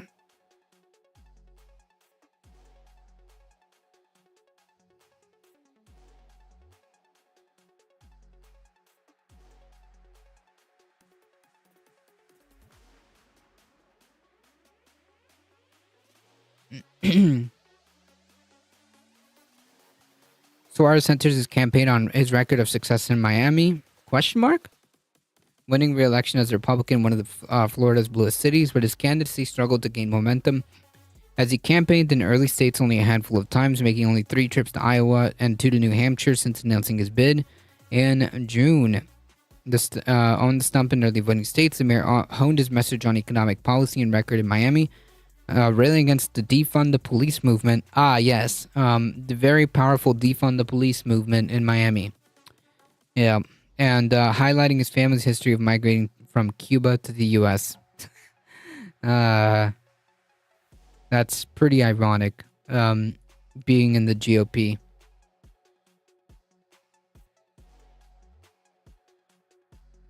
All right.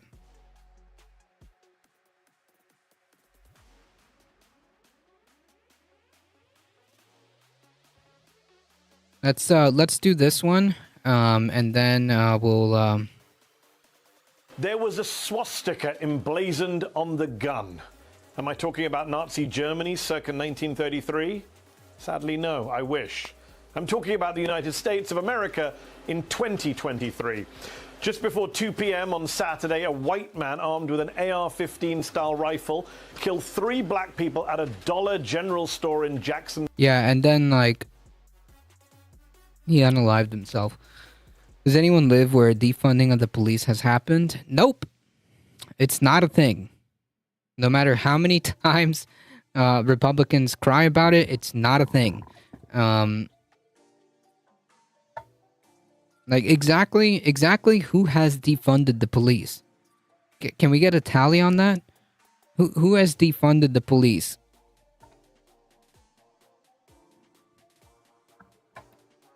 Can we get like a policy, like a bill? I mean, anything, like a politician that has proposed or made made legislation defunding the police? I mean, like, police, first of all, is mostly done like locally. So yeah.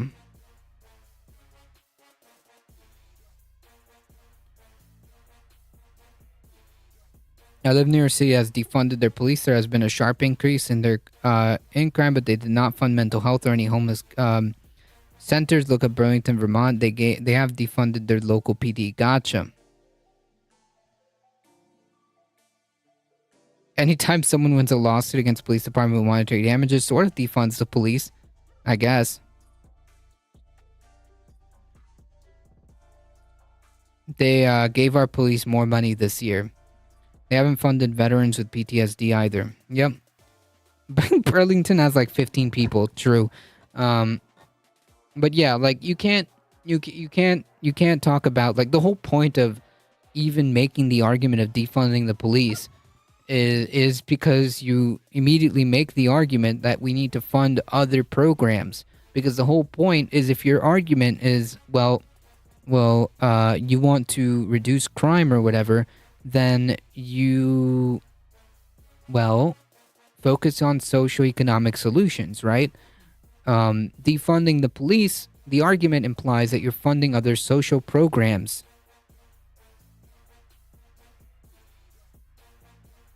In Boston, they took some of the overtime money and gave it to social services for cops. There have been entire police departments that have been disbanded over funding. I saw like there was an entire police department that just quit, but they quit on their own, not because they were defunded. Replace the police with something better. Yeah, like, you know, obviously we'd have to build the institution of policing from the ground up. But normally when people talk about like defunding the police, the implication is that you want to fund something else. Like, you're not just defunding the police. The idea is that you focus on socioeconomic solutions, healthcare, education, housing, things that will actually address some of these socioeconomic problems that people are having. That's normally the implication when you hear defund the police.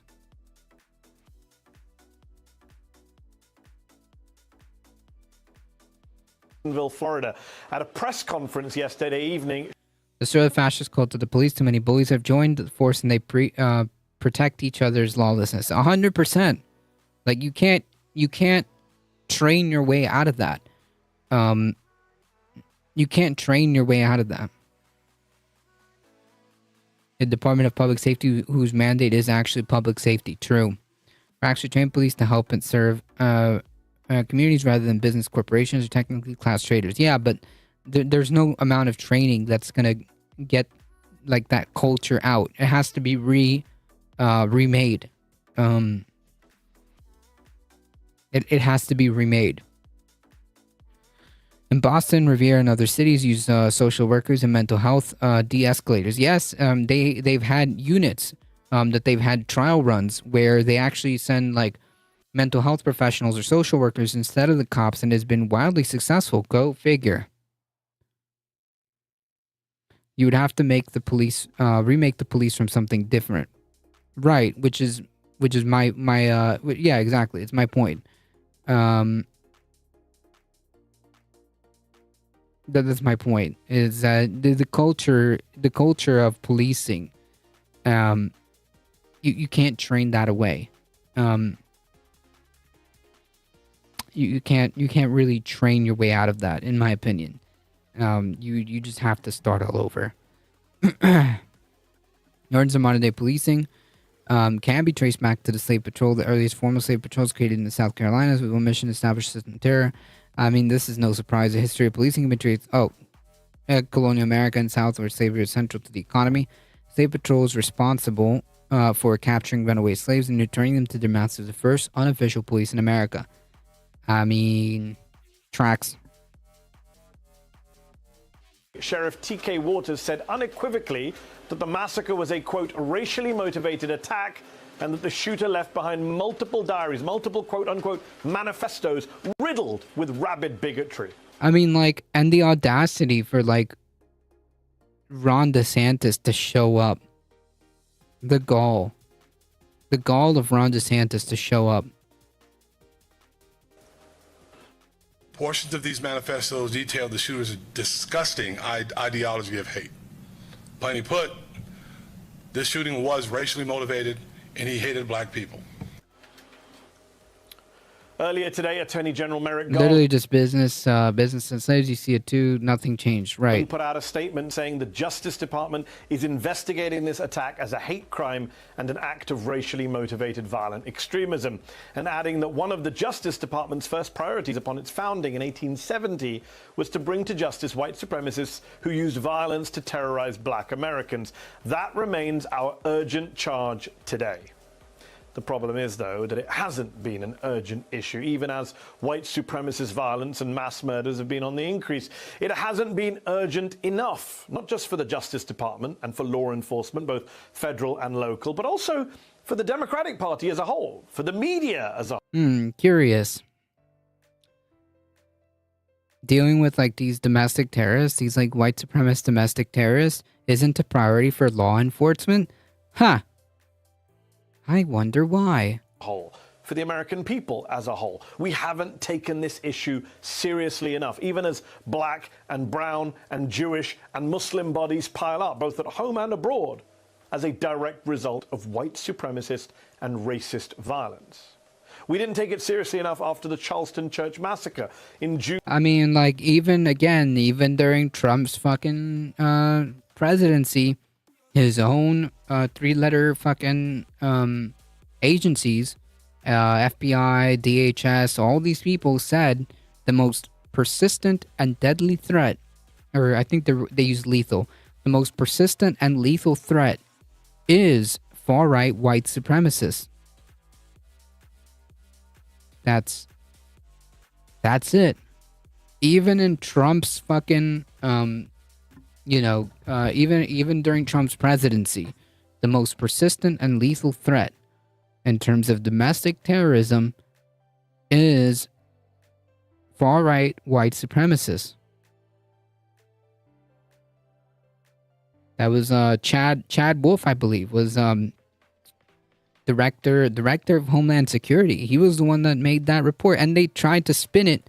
That was the downplayed version, by the way. that was the conservative version of how they wanted to spin it. But yeah, the point being is that if you've got, Trump's fucking people saying this kind of stuff, clearly there's an issue. June 2015, when a hate-filled sociopath gunned down 9 African Americans during a Bible study. We didn't take it seriously enough after the Pittsburgh synagogue massacre in October 2018, when a racist nutcase killed 11 Jews during Shabbat morning services. We didn't take it seriously enough after the El Paso massacre in August of 2019, when a Latino-hating monster killed 23 people at a Walmart store. We didn't take it seriously enough after the Buffalo shooting in May of last year, when a far-right bigot targeted black people at a top supermarket, killing 10. We didn't take it seriously enough after the Allen, Texas outlet mall massacre just this past May, after a man with a swastika tattoo murdered 8 people, half of whom were Asian. Yeah, like, oh, what was his ideology? Bro.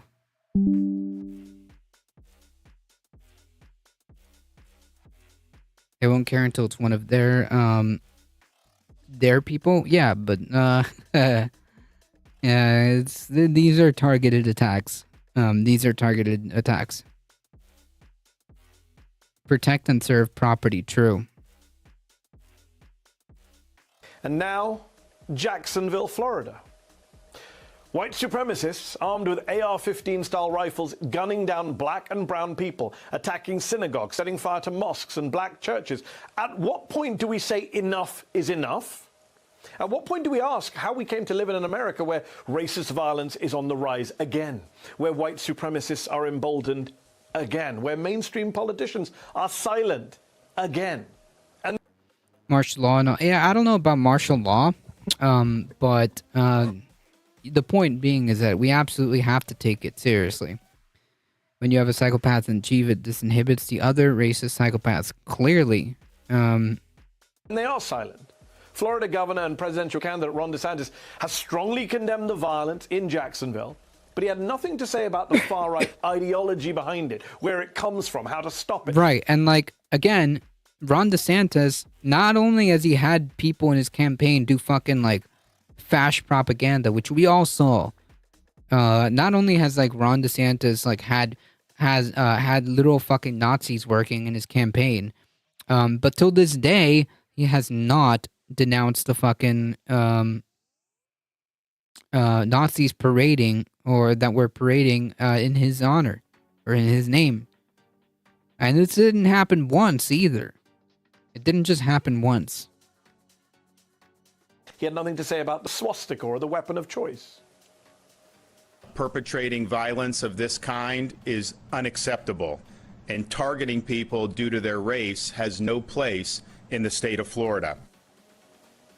To be clear, I'm not saying that DeSantis or any other top Republican is directly responsible for this or any other racist massacre or directly incited it. No, but it's curious how these fucking like far-right people, the same people that are perpetrating these events, seem to be his supporters. Huh, interesting.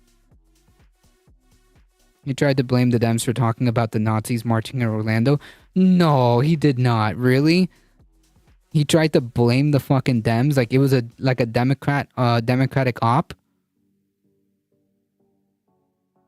Like the Nazis parading around in Orlando was a fucking Democratic op.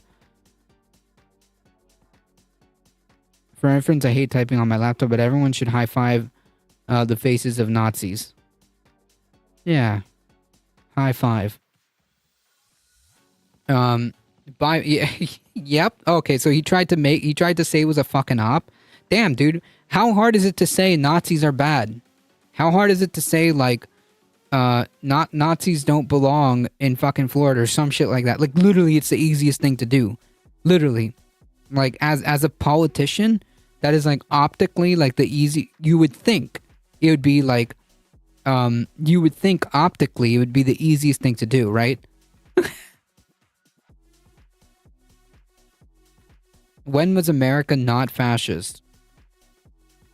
Well, I can say that here, in this day and age, it's oh boy, are we speed running the fast train?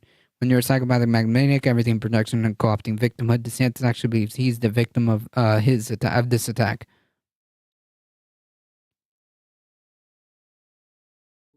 We should shame Nazis like like Tim Pool shames women. True.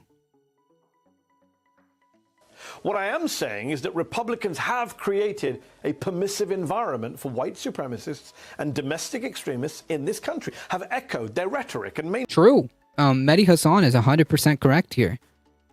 Mehdi Hassan is correct. mainstream their talking points. Just take DeSantis. This is the governor who has used black and brown people as political scapegoats, political pawns. True.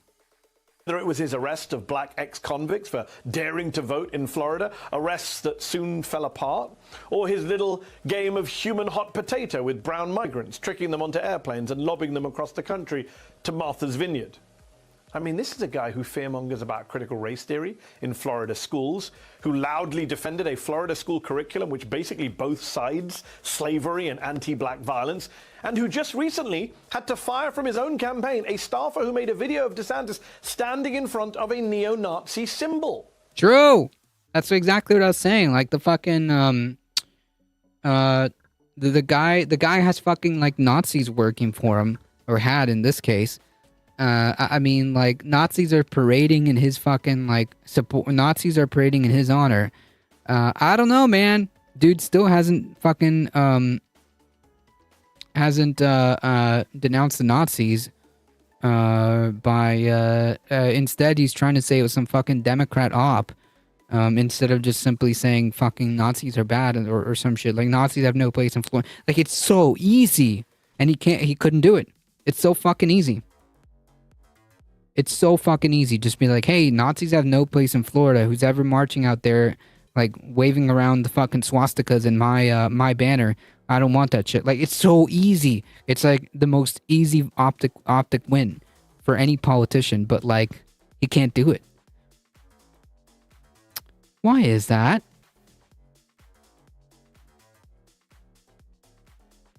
Yeah, a neo-Nazi symbol. Is it any wonder that he can't attack his base like that? Mm-hmm.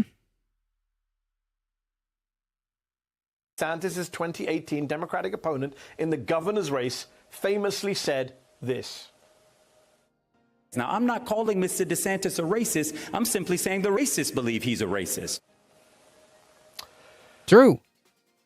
Like, all these people, like, all these fucking Nazis and, like, fash and, like, far-right adjacent people, they all think he's their guy. Have you seen fucking, like, 4chan? Like, when this whole, like, when he, initially, like, started and had, like, a little bit of steam, in his initial, like, campaigns, like, the 4chan people, were absolutely behind him.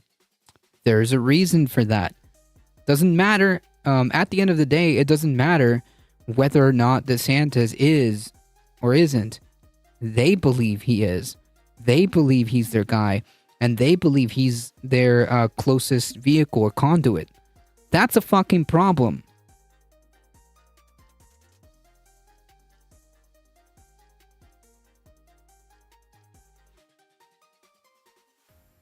He's like a literal torture. They love that. Yeah, the Guantanamo Bay thing. Like, I mean, no doubt about that this dude's a fucking fascist. No doubt about it. I have no doubts in my mind that DeSantis is like a fascist, but like a true fascist in the sense that like he believes in that ideology. Like he will implement legislation for the sake of enacting fascism, or for the sake of enacting authoritarianism. He will do that because he wants to and he likes it. Yeah. What? Thankfully, this guy's campaign is going nowhere for this election season. Why is it that the racists and the neo-Nazis love so many of these top conservative politicians and pundits? Why is it that the Daily Stormer, for example, the neo-Nazi website, said he is literally our greatest ally about former Fox host Tucker Carlson? Right, like if the argument, if like these like far right people are saying like this is the guy, then like, damn, dude, I don't know, man. I don't know. It kind of speaks volumes. By not fighting the Nazis, you want Grandpa coming back as a ghost to fight and yell about Nazis and hi-fi Nazi faces. They keep flirting with those guys or posting Nazi shit, remember? Yeah, it was a staffer. It was a staffer. Why is it that neo-Nazi Richard Spencer led a chant of Heil Trump shortly after the 2016 election? Could it be because Tucker Carlson, night after night on Fox, used neo-Nazi great replacement rhetoric in relation to black and brown migrants?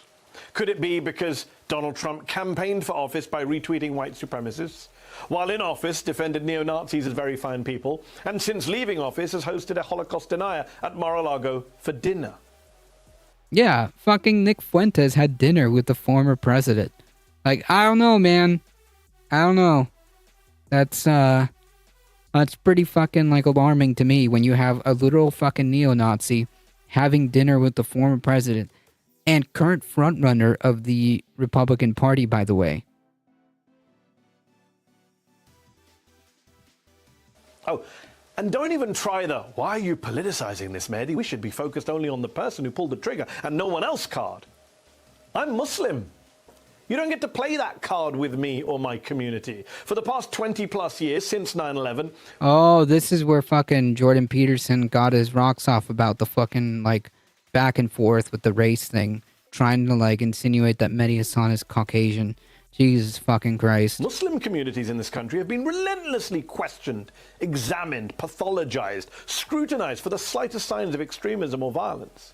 White conservatives have demanded that brown Muslims subject themselves to extra checks at their places of worship and places of work.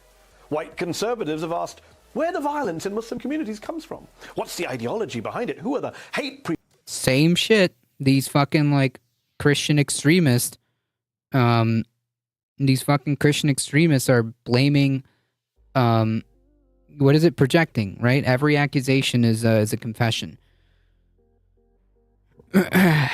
Peterson was citing, like, 19th century race science. Yep. Like, even the Wikipedia stuff, that he was trying to do as a fucking gotcha, like, pointed to, like, exactly that. No, Mehdi Hassan. I'm not racist. And to prove it, I'm going to point back to fucking, like, race science from the 19th century to prove what I'm saying has nothing... Okay, whatever, Jordan Peterson.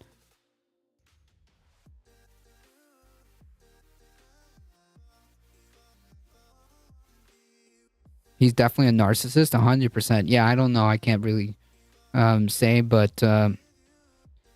I mean, I can give him a suggestion. Maybe not, you know... Maybe ease up on the benzos. Maybe ease up on the benzos and meat.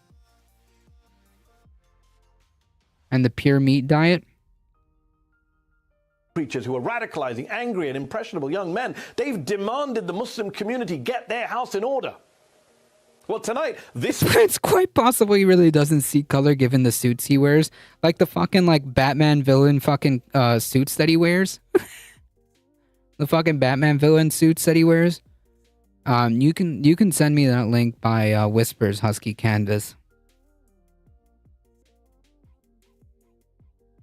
Brown Muslim is asking the white conservative community to do the same. Get your house in order. Crack down on the hate preachers who you've empowered and on their foot soldiers who you've emboldened. Condemn the rise of white supremacist ideology, of white supremacist terrorism, and denounce the daily racist outbursts on your cable news channels and your talk radio. But they won't, because they love this guy. They love fucking Tucker Carlson. I was going to talk about the oldest views on health. I'm getting blood later. Jordan Peterson is just a Kermit with a PhD, true.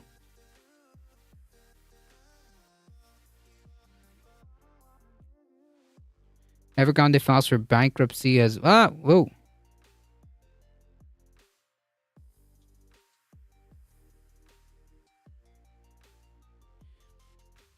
In battle developer, China Evergrande Group has filed for U.S. bankruptcy as part of the world biggest debt restructuring, and anxiety grows over China's worsening property crisis and impact on the weakening economy. Oh dear. Yeah, I don't know what this is going to mean for like the economy, like the repercussions for this?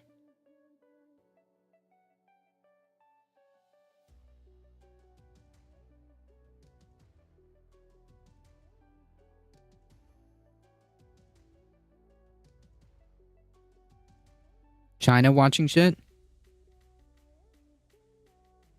Yeah, I'm gonna be honest. I'm not too familiar. China has previously lowered the several key interest rates this week in a bid to shore up struggling activity and is expected to cut prime mortgage loans. That doesn't sound good.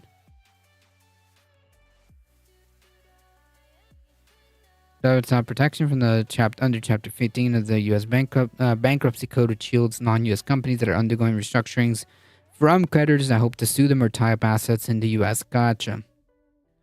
Probably gonna make gas and groceries rent more expensive somehow. Maybe. No. I don't know what the repercussions of this are gonna be. No clue, I'm gonna be honest. Networks. Oh, and don't hide behind lazy whataboutism about Black Lives Matter and Antifa, neither of whom have ever massacred anyone at a church or a Walmart. But perhaps unsurprisingly, that's not what happened on the Sunday morning shows today. Republican presidential candidates didn't want to do any soul-searching or self-reflection. The politicians didn't want to talk politics. How to open your car door. I mean, like, again, it's the easiest thing in the world to go up and say, like, hey, this kind of shit is not tolerated here. Like, this kind of shit is not tolerated. I've been seeing so much people wanting to destroy this economy. Why does everyone hate the U.S.? I just want to move so bad. Well,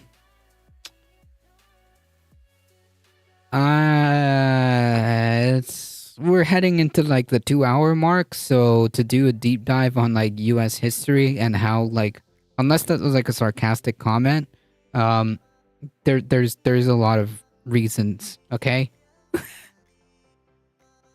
So I don't think this is a left versus right issue, and I don't think we should try to politicize this through partisan goggles either, Chuck. That was an act of evil. Bro.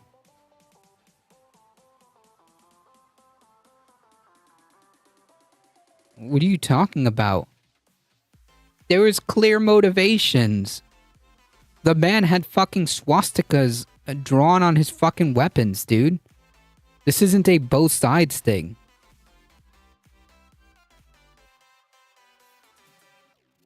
The downside of moving on the U.S. is that you greatly increase the likelihood that you'll get bombed by the U.S.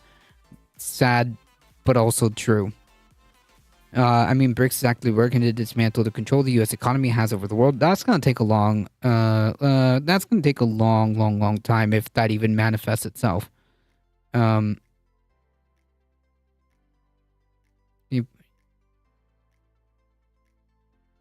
Yeah, there's good people on both sides. But our prayers are with the families. The act of evil, bro. Why is it so hard to say, like, hey, fucking Nazi shit has no place here? It's that easy. It's that easy. Nazi shit has no place. This is abhorrent, disgusting, and it has no place here. Lost loved ones and those that are injured. Karen and I prayed this morning for them. Oh, dude, thanks, bro. Cool. You prayed for them.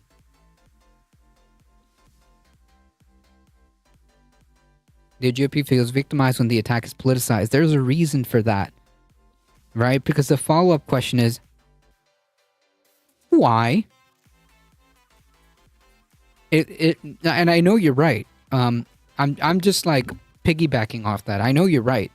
The GOP feels victimized when the attack is politicized. Why? For the folks who do not agree with me, I'm posing that question.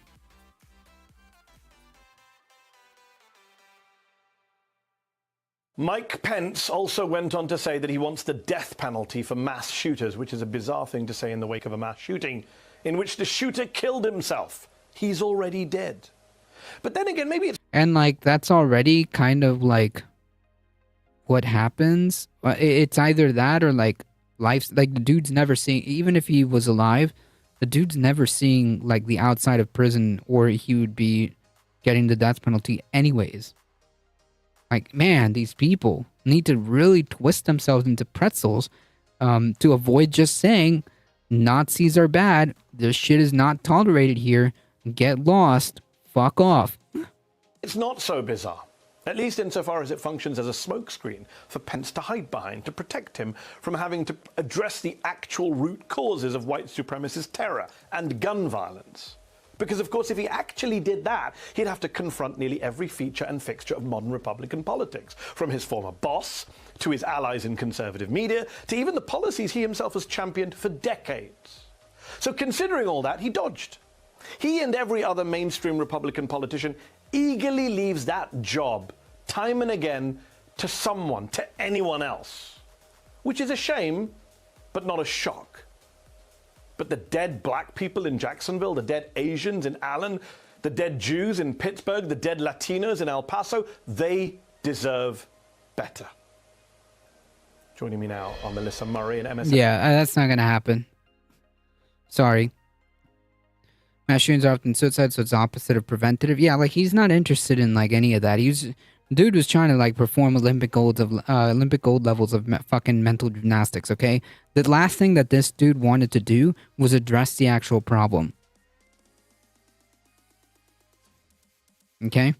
NBC legal analyst and NYU professor of law, and Charles Blow, an MSNBC political analyst and a columnist for the New York Times. Okay, I think they're just gonna go into this panel here. All right.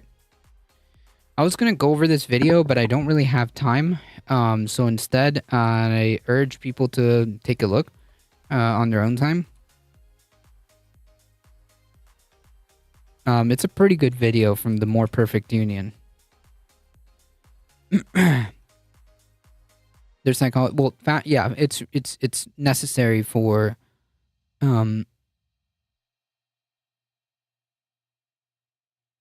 it's necessary for fascism it's necessary for fascism to exist, to essentially have this alternate plane of reality. Have to go to a good university in order to move countries?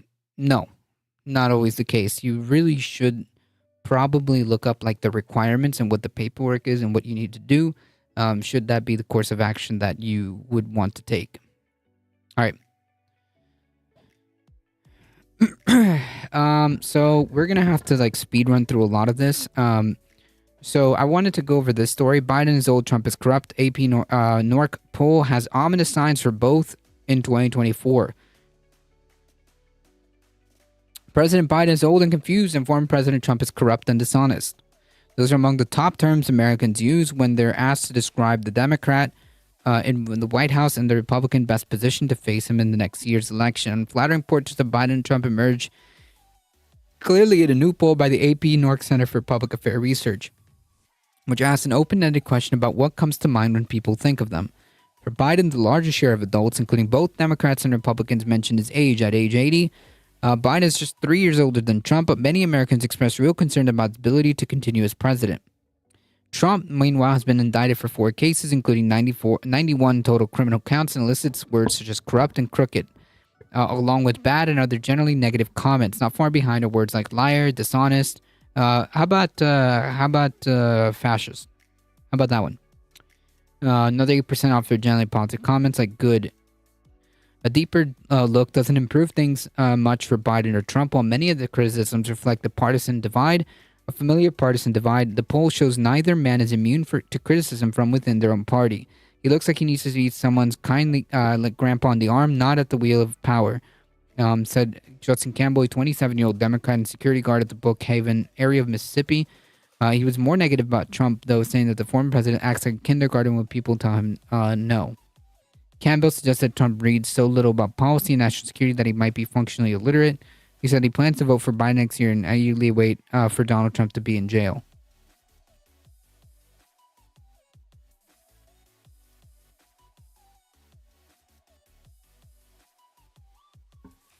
How dare Biden run again? What an F up.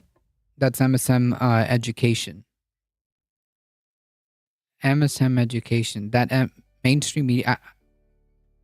I'm confused. What does that mean? Yeah, F that Biden guy. Still waiting for the student loans to be forgiven. Same.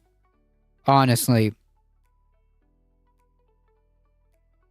Can we just not have some old white guy that runs at the risk of dying in office? Well, we're not going to have much choice this time. I need to see a shirt. God damn it, Brandon.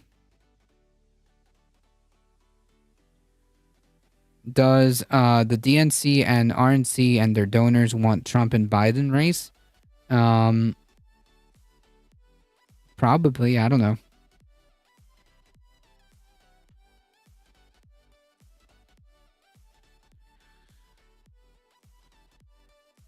Another such sentiments were common. Fully 26% of the respondents use words like old and now dated to describe Biden. Another 15 mentioned things like slow and confused. Another 10% give generally negative comments about the president. 6% use words like corrupt and crooked. Just 6% offer words like president and leader. 5% of those like strong and capable. Top positive comments made about Biden. Biden's age was referenced frequently among Democrats, 20% who mentioned it, a significantly higher percentage than those who point to the presidency or leadership. 11% or strength and capability of 11%. Trump's negative comments center not on age, but his moral standing and conduct, along with things like loudmouth, angry, dangerous. I mean, yeah, dangerous. Narcissist, while 5% use words like strong and capable. So, like, basically, I think that, like, the only way to summarize this is not good news, because it means that, like, it means that a lot of people, basically, like, the consensus is that people don't want neither of these. And while I understand that,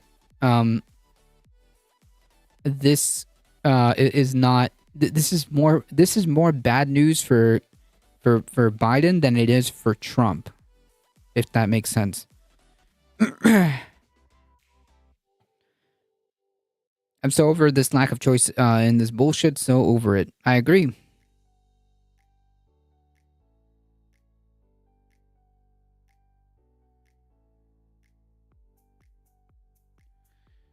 It takes 6 months to process an express entry application. It's always something. Yep. At the same time, who are younger options right now? No, there is no options right now, unfortunately. The Democratic Party has decided that this is what they're going to do. And never underestimate the Democratic Party to find a way to fuck shit up. I mean, there's no two ways about that. Never underestimate the Democratic Party's ability to mess something like this up. It is what it is. I'm not happy either. No, and I agree that there should be more choices.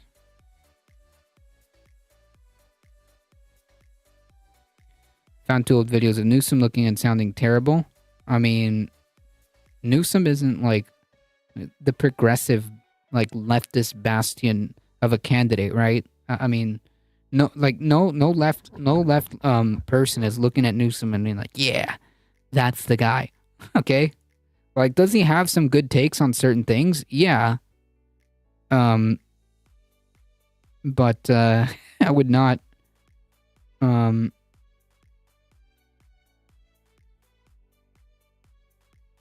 I would not put Newsom at, like, as a bastion of, like, progressivism or, like, a left candidate.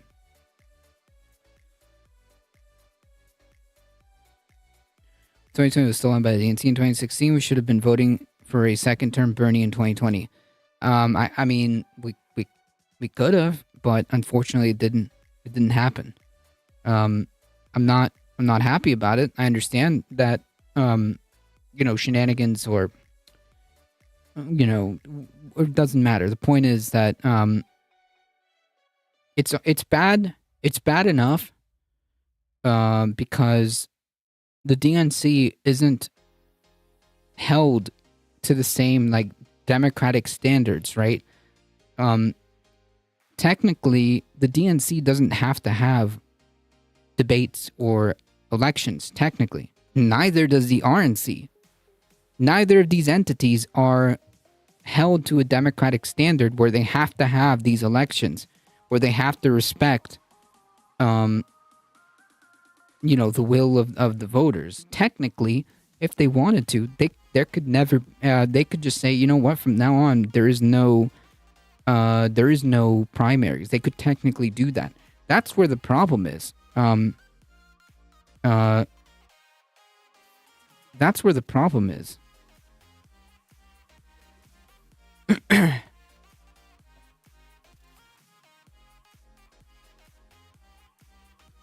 I shift to the Bernie universe? Yeah. You're gonna have to do a few steps to shift into that universe.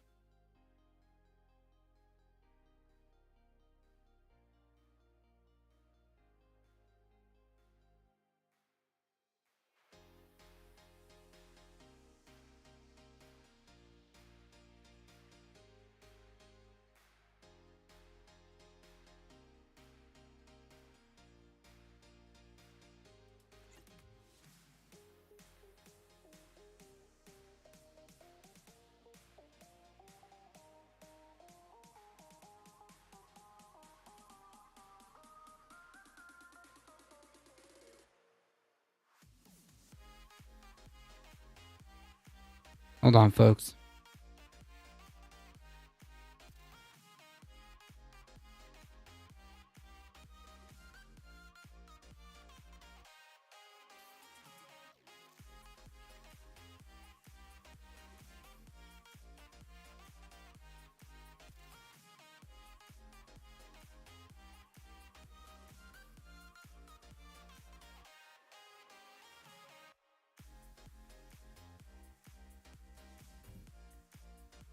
I'll report back and tell you what I find. Please do.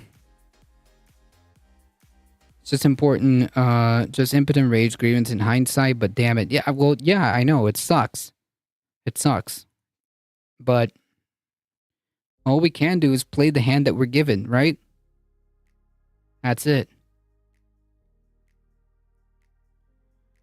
All right, so skipping ahead, Republicans are trying to make an impeachment inquiry. This is gonna go nowhere. This is gonna go nowhere.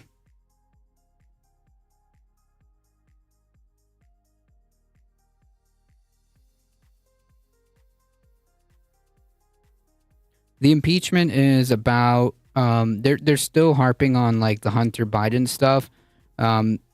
Yeah, it's incredibly nonsensical. They this time we're gonna get evidence, okay?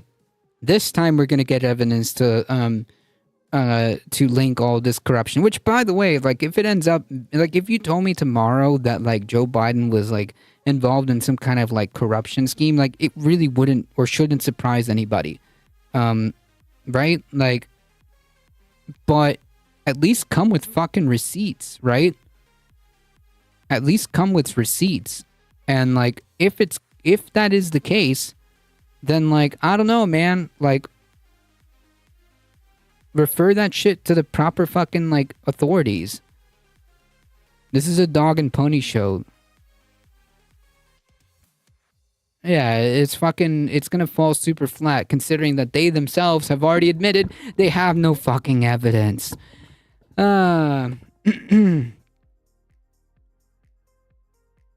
Man considers this type of retaliation in politics going to become normal behavior and cares about Hunter and his drugs and his huge hog. We love the Kardashians and they do that shit. Yeah, I mean, Trump normalized it, right? Like this is the way we do politics now.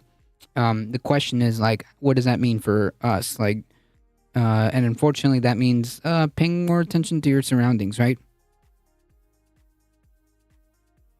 There's evidence that Biden was doing the opposite of what they claim. Hunter is fucked up. Is a fuck up though. True, but like, damn, like, what are you gonna get him on? Fucking fraud? He already admitted to it.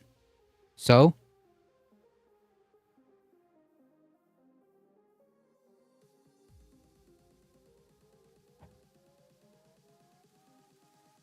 This is fucking kabuki theater, kangaroo. Like this is fucking a dog and pony show, okay? And of course, Marjorie Taylor Greene, big mad that she can't get the House Republicans to come together for an impeachment inquiry to vote on this like tomorrow. Like, bro, it's not gonna happen, dudes. All right, it's not gonna happen. It's not gonna happen. It's not gonna happen. If you're gonna make a claim, like, if you're gonna make a claim, then fucking bring some receipts, or else nobody should pay attention to you. Nobody cares. Okay, nobody cares. Like at this point in time, like it should be exhausting to hear so much bullshit that like no one should be entertaining any kind of claim unless there's some fucking receipts to it, right? Like after being exposed to so much bullshit, so much fucking disinformation, you know, the latest example is like the fucking 3 years of fucking stolen election bullshit. When it was them that was actually trying to steal an election. I mean, like so much fucking bullshit. That like honestly, I would argue that at this point, you shouldn't just like take people's fucking claims unless they have some fucking receipts, right? Like especially dealing with all these fucking like climate change denialists, fucking like Jordan Peterson and whatnot, like all these fucking clowns. Like there's no reason to pay attention to any of them or anybody online or like on the media, like as pundits, unless they bring some fucking receipts, right? I mean, it's exhausting.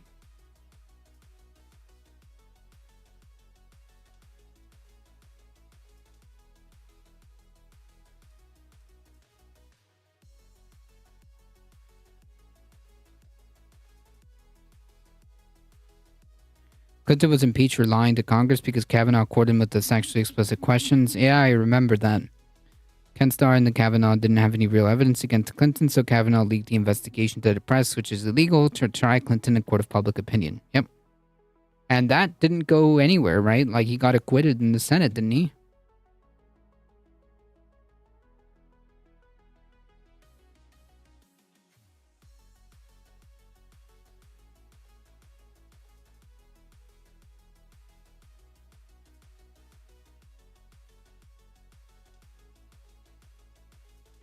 Kavanaugh got on the SCOTUS as a reward. That totally backfired because Republicans got their ass handed to them in the next election. True. True.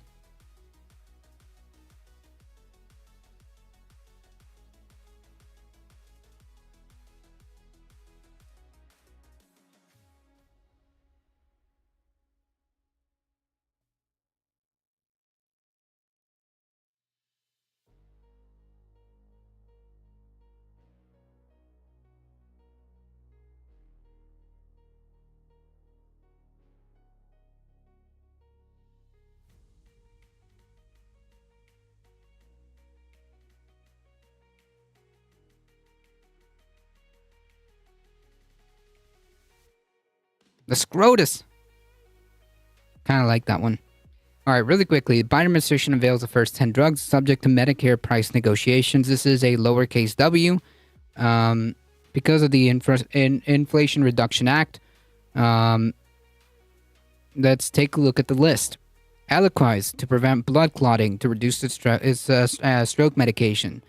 Jardiance for type 2 diabetes. Xarelto to prevent blood clotting and risk of stroke. Januvia to lower blood sugar for type 2 diabetes. Farxia, type 2 diabetes. Entresto to treat certain types of heart failure. Enbrel for rheumatoid arthritis. Embruvica for blood cancers. Stelara, Crohn's disease. And Fiasp, insulin. The Medicare negotiations are the centerpiece of Biden administration's effort to rein in the rising cost of medication in the U.S. Some Democrats in Congress and consumer advocates have long pushed for change, as many seniors around the country struggle to afford care. I.e., like elderly people, seniors can't afford the medication that keeps them fucking alive. So the fact that I'm not saying that this is bad. I'm saying that this shouldn't even be a conversation, in my opinion. This shouldn't be a conversation. if you require medication like insulin or anything like heart medication, or anything that makes you live and have a quality of life, there shouldn't be a dollar amount attached to it. It should already be included as part of, like, I don't know, government's fucking job to take care of people. It should be par for the course. It shouldn't be a conversation as to how much you receiving medication that you desperately need shouldn't be dependent on what money is in your wallet. That's just my opinion. Did you see Katie Porter grilling the CDC chief? No, but I imagine if Katie Porter's involved, it's probably pretty epic. Sales of medication for profit is abhorrent, has no place in civilized society. Thank you. Especially, like, not just medication, but like medication that people literally need, that elderly people literally need for life. And like not like, to add to that, elderly people on Medicare, which is supposed to be a fucking government health insurance on top of that. Like, it's just wild. It's just wild. The more you look at into Medicare and how much private like tentacles exist, it's like, come on, man. People literally work their entire lives and pay taxes into this shit. Like, the fuck. But yes, the sales of any medication for profit is just like, it's just abhorrent. You're literally robbing people. You're literally holding people at gunpoint and saying, like, your money or your health, quite literally, your money or your life.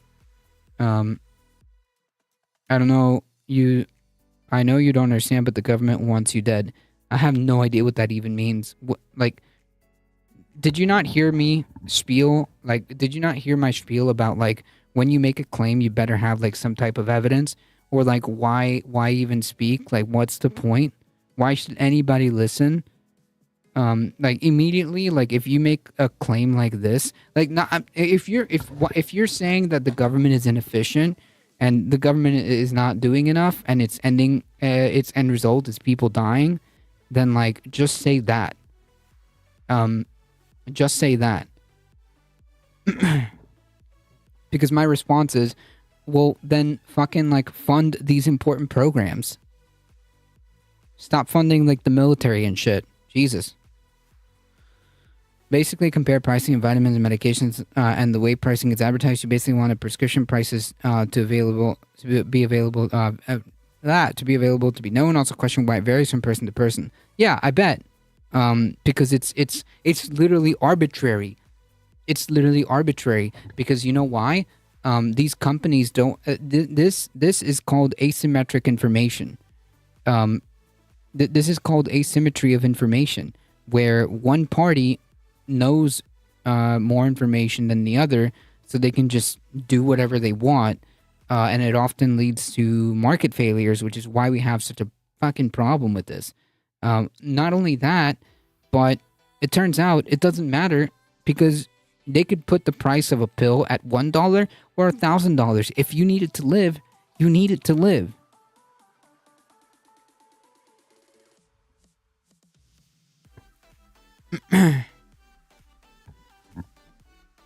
I'm getting to the point where I think that they don't want to fix healthcare because letting all the old folks die off early will help Social Security and they won't have to fix that.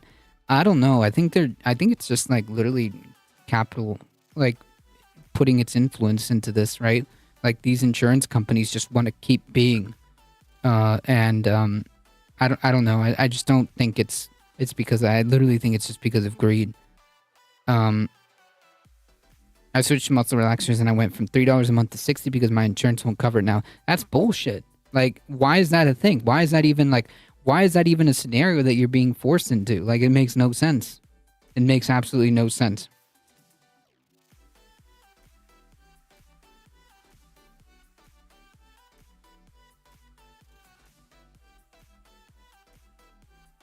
I'd love to see these negotiated prices compare. Hey, Dustin, how's it going? To what people pay for them in Canada, Germany, and Australia. Yeah, that would be a great, comparison to put them side by side. Should we even bring it up to Fenfen or Purdue Pharma? Yeah, like all of these. Yeah, but these are all for-profit companies. They shouldn't exist. Period.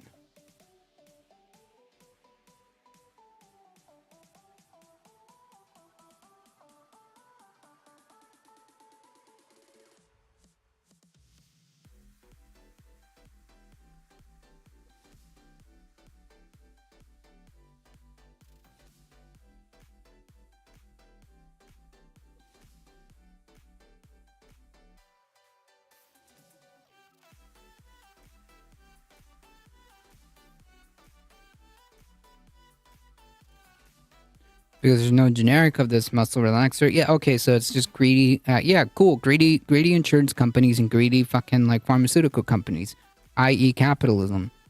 It all comes down like they don't give a shit of whether or not you get the medication that you need. They give a shit about whether or not you can pay for it. That's not good. It all comes down to the hospital and clinic master charge sheet, which is what they charge the insurance companies, often 1,000 times inflated cost of milk companies out of as much money as possible. Milk companies out of much money as possible, jacks price up. Yep, exactly. And then say, oh, look at that, you actually got it's all bullshit. It's all fucking bullshit. It's all arbitrary. It's on purpose to make money. That's it. So TLDR, lowercase w. However, this shouldn't be a conversation we should be having to begin with. Yeah.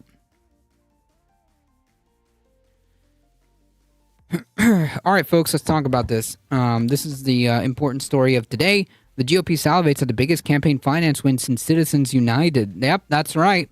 Republicans have waged decades-long battle to blow up campaign finance laws that rein in big money spending. Now they're making a play that could end in their biggest victory since the Citizens United ruling in 2010.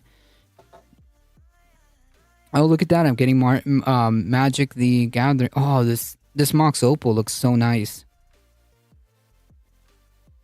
Republicans have waged. Okay, yes, the GOP is growing increasingly optimistic about their prospects in a little-noticed lawsuit that would allow official party committees and candidates to coordinate freely by removing current spending restrictions. If successful, it would represent a seismic shift in how tens of millions of campaign dollars are spent and upend a well-established political ecosystem for TV advertising.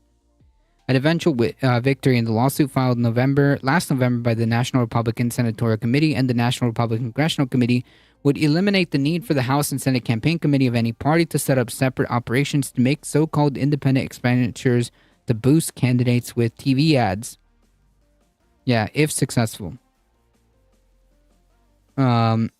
Committees could work in concert with their candidates, opening up millions of party dollars to individual campaigns and allowing party committees to purchase TV airtime at much cheaper rates offered to candidates.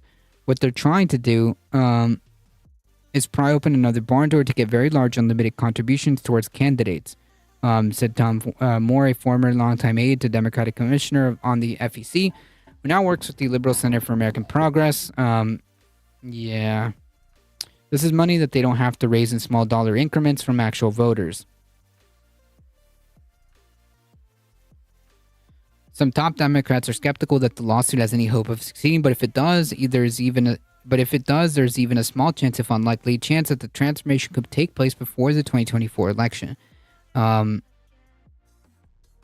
This isn't a partisan issue. For decades, these limits on party candidate coordination have hamstrung both parties' ability to do exactly what they're meant to do: robustly support their candidates, i.e. funnel as much money into elections as possible, which, like, wait a minute, question mark. Question, why is that, like, the priority? Shouldn't the priority be, like, reaching out to voters and winning an election by votes, question mark? So big pharma and insurance fraud companies want to be able to make political donations unlimited. No, they want to streamline the process. Republicans want to streamline the process. The less hurdles, the better. Attorneys for the FEC, the defendant in the case, noted in court filings that the judge created a highly expedited discovery schedule. Campaigns finance experts say that this could be a sign that the judge is likely to certify the complaint and move it up to the circuit court for full arguments. And indeed, the Cole indicated to attorneys involved in the case this month that he was setting a fast timeline to get arguments up to the circuit court, according to a person involved with the litigation who was briefed on this comment but not authorized to disclose them. The Sixth Circuit is a fairly conservative bench with a near supermajority of GOP-appointed judges. The venue itself is a win for Republicans. The FEC sought to have their case either dismissed on technical grounds or moved to federal court in D.C., but Cole denied that request. Some legal experts have cast doubt on the likelihood of a GOP victory. Republicans have waged similar attempts to strike down spending limits, only to be thwarted by federal courts, most notably in the 2001 Supreme Court case out of Colorado. At least one prominent Democrat believes that the precedent will stymie them again. Different lawyers can have different points of view, said Mark Elias, a top Democratic elections lawyer, but the question of whether or not a lower court can disregard a Supreme Court ruling is not really a question of opinion. I strongly suspect that the Supreme Court won't take it up. because the Supreme Court has dodged campaign finance cases for the most part, and conservative majority has a number of other issues that are of higher priority. Under the existing campaign finance reform, the NRCC and the Democratic DCCC can spend between $59,000 and $119,000 in coordination with their candidates. The NRSC and the DCCC, or the DSCC, I guess, can spend between $119,000 and $3.6 million. Beyond that, the party committees must rely on their independent expenditures, known as IEs. Independent expenditure arm requires a degree of separation. Their staff cannot directly coordinate with candidates or those in organizations who don't work for the IE. They communicate in code through so-called red boxes or hidden public websites during the fall TV ad campaigns. Erasing these coordinated spending limits would aggrandize the party committees for both Democrats and Republicans. Super PACs, however, would still remain unaffected. With today's SCOTUS, conservatives don't file lawsuits to pass laws. If they will be upheld, they do it and wait to see when. I mean, this is true, but sometimes the Supreme Court can surprise us. There'll be other elections unless they know something that we don't know. Well, no, the goal is to streamline like funds and to get as much money quicker.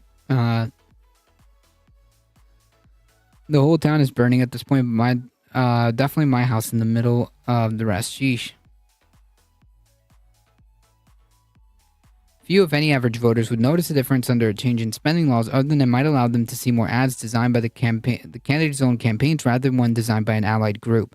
That's something that we have complained about for a long time, and extra effort. About the extra effort. We're going to spend the money anyhow, but we're doing is making the message less resonant. Voters deserve to hear from the candidate, but good government groups say that even if the public may not notice a change in spending, it would allow big donors to exert more influence over candidates, which is like the big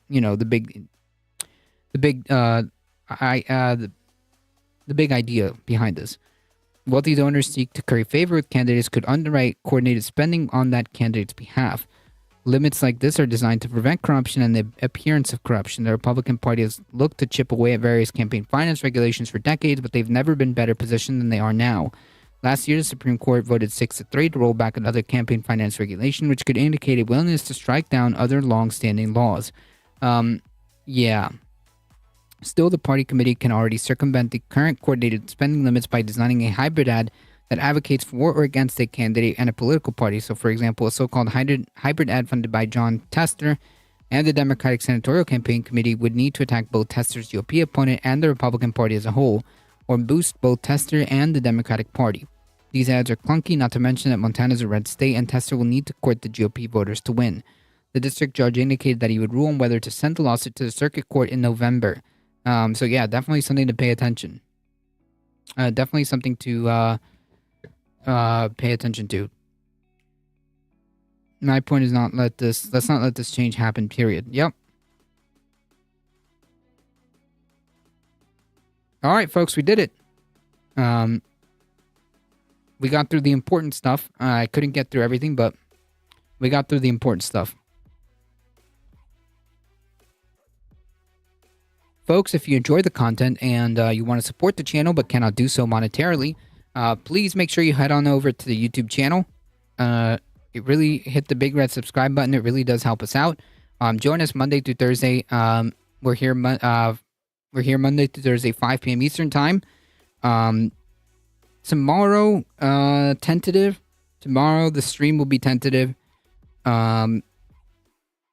Tomorrow the stream will be tentative, but we'll see how the rest of the week goes. So stay tuned, join the Discord, or just follow me on the Twitter app. It's wait, is it Discord? I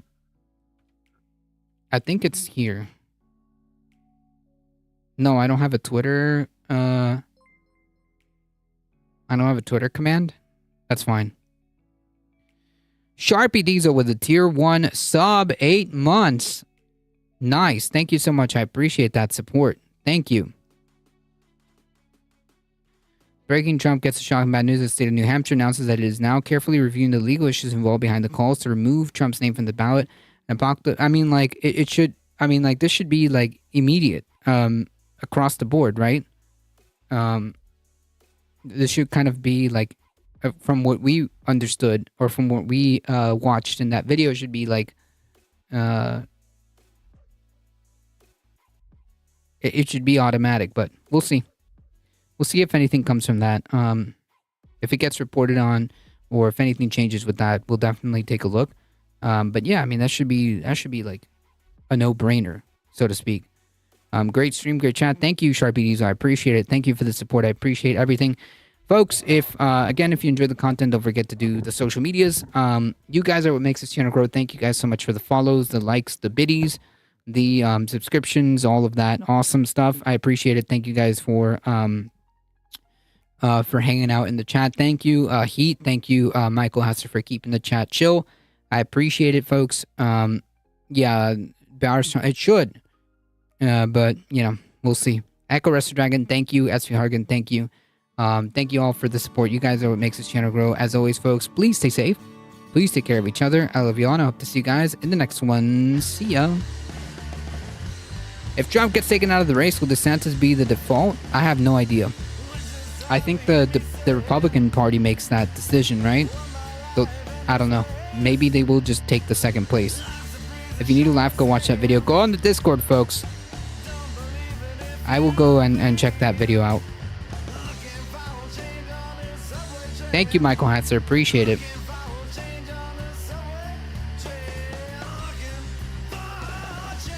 Alright, folks. We're heading out in 5, 4, 3, 2, 1. See ya.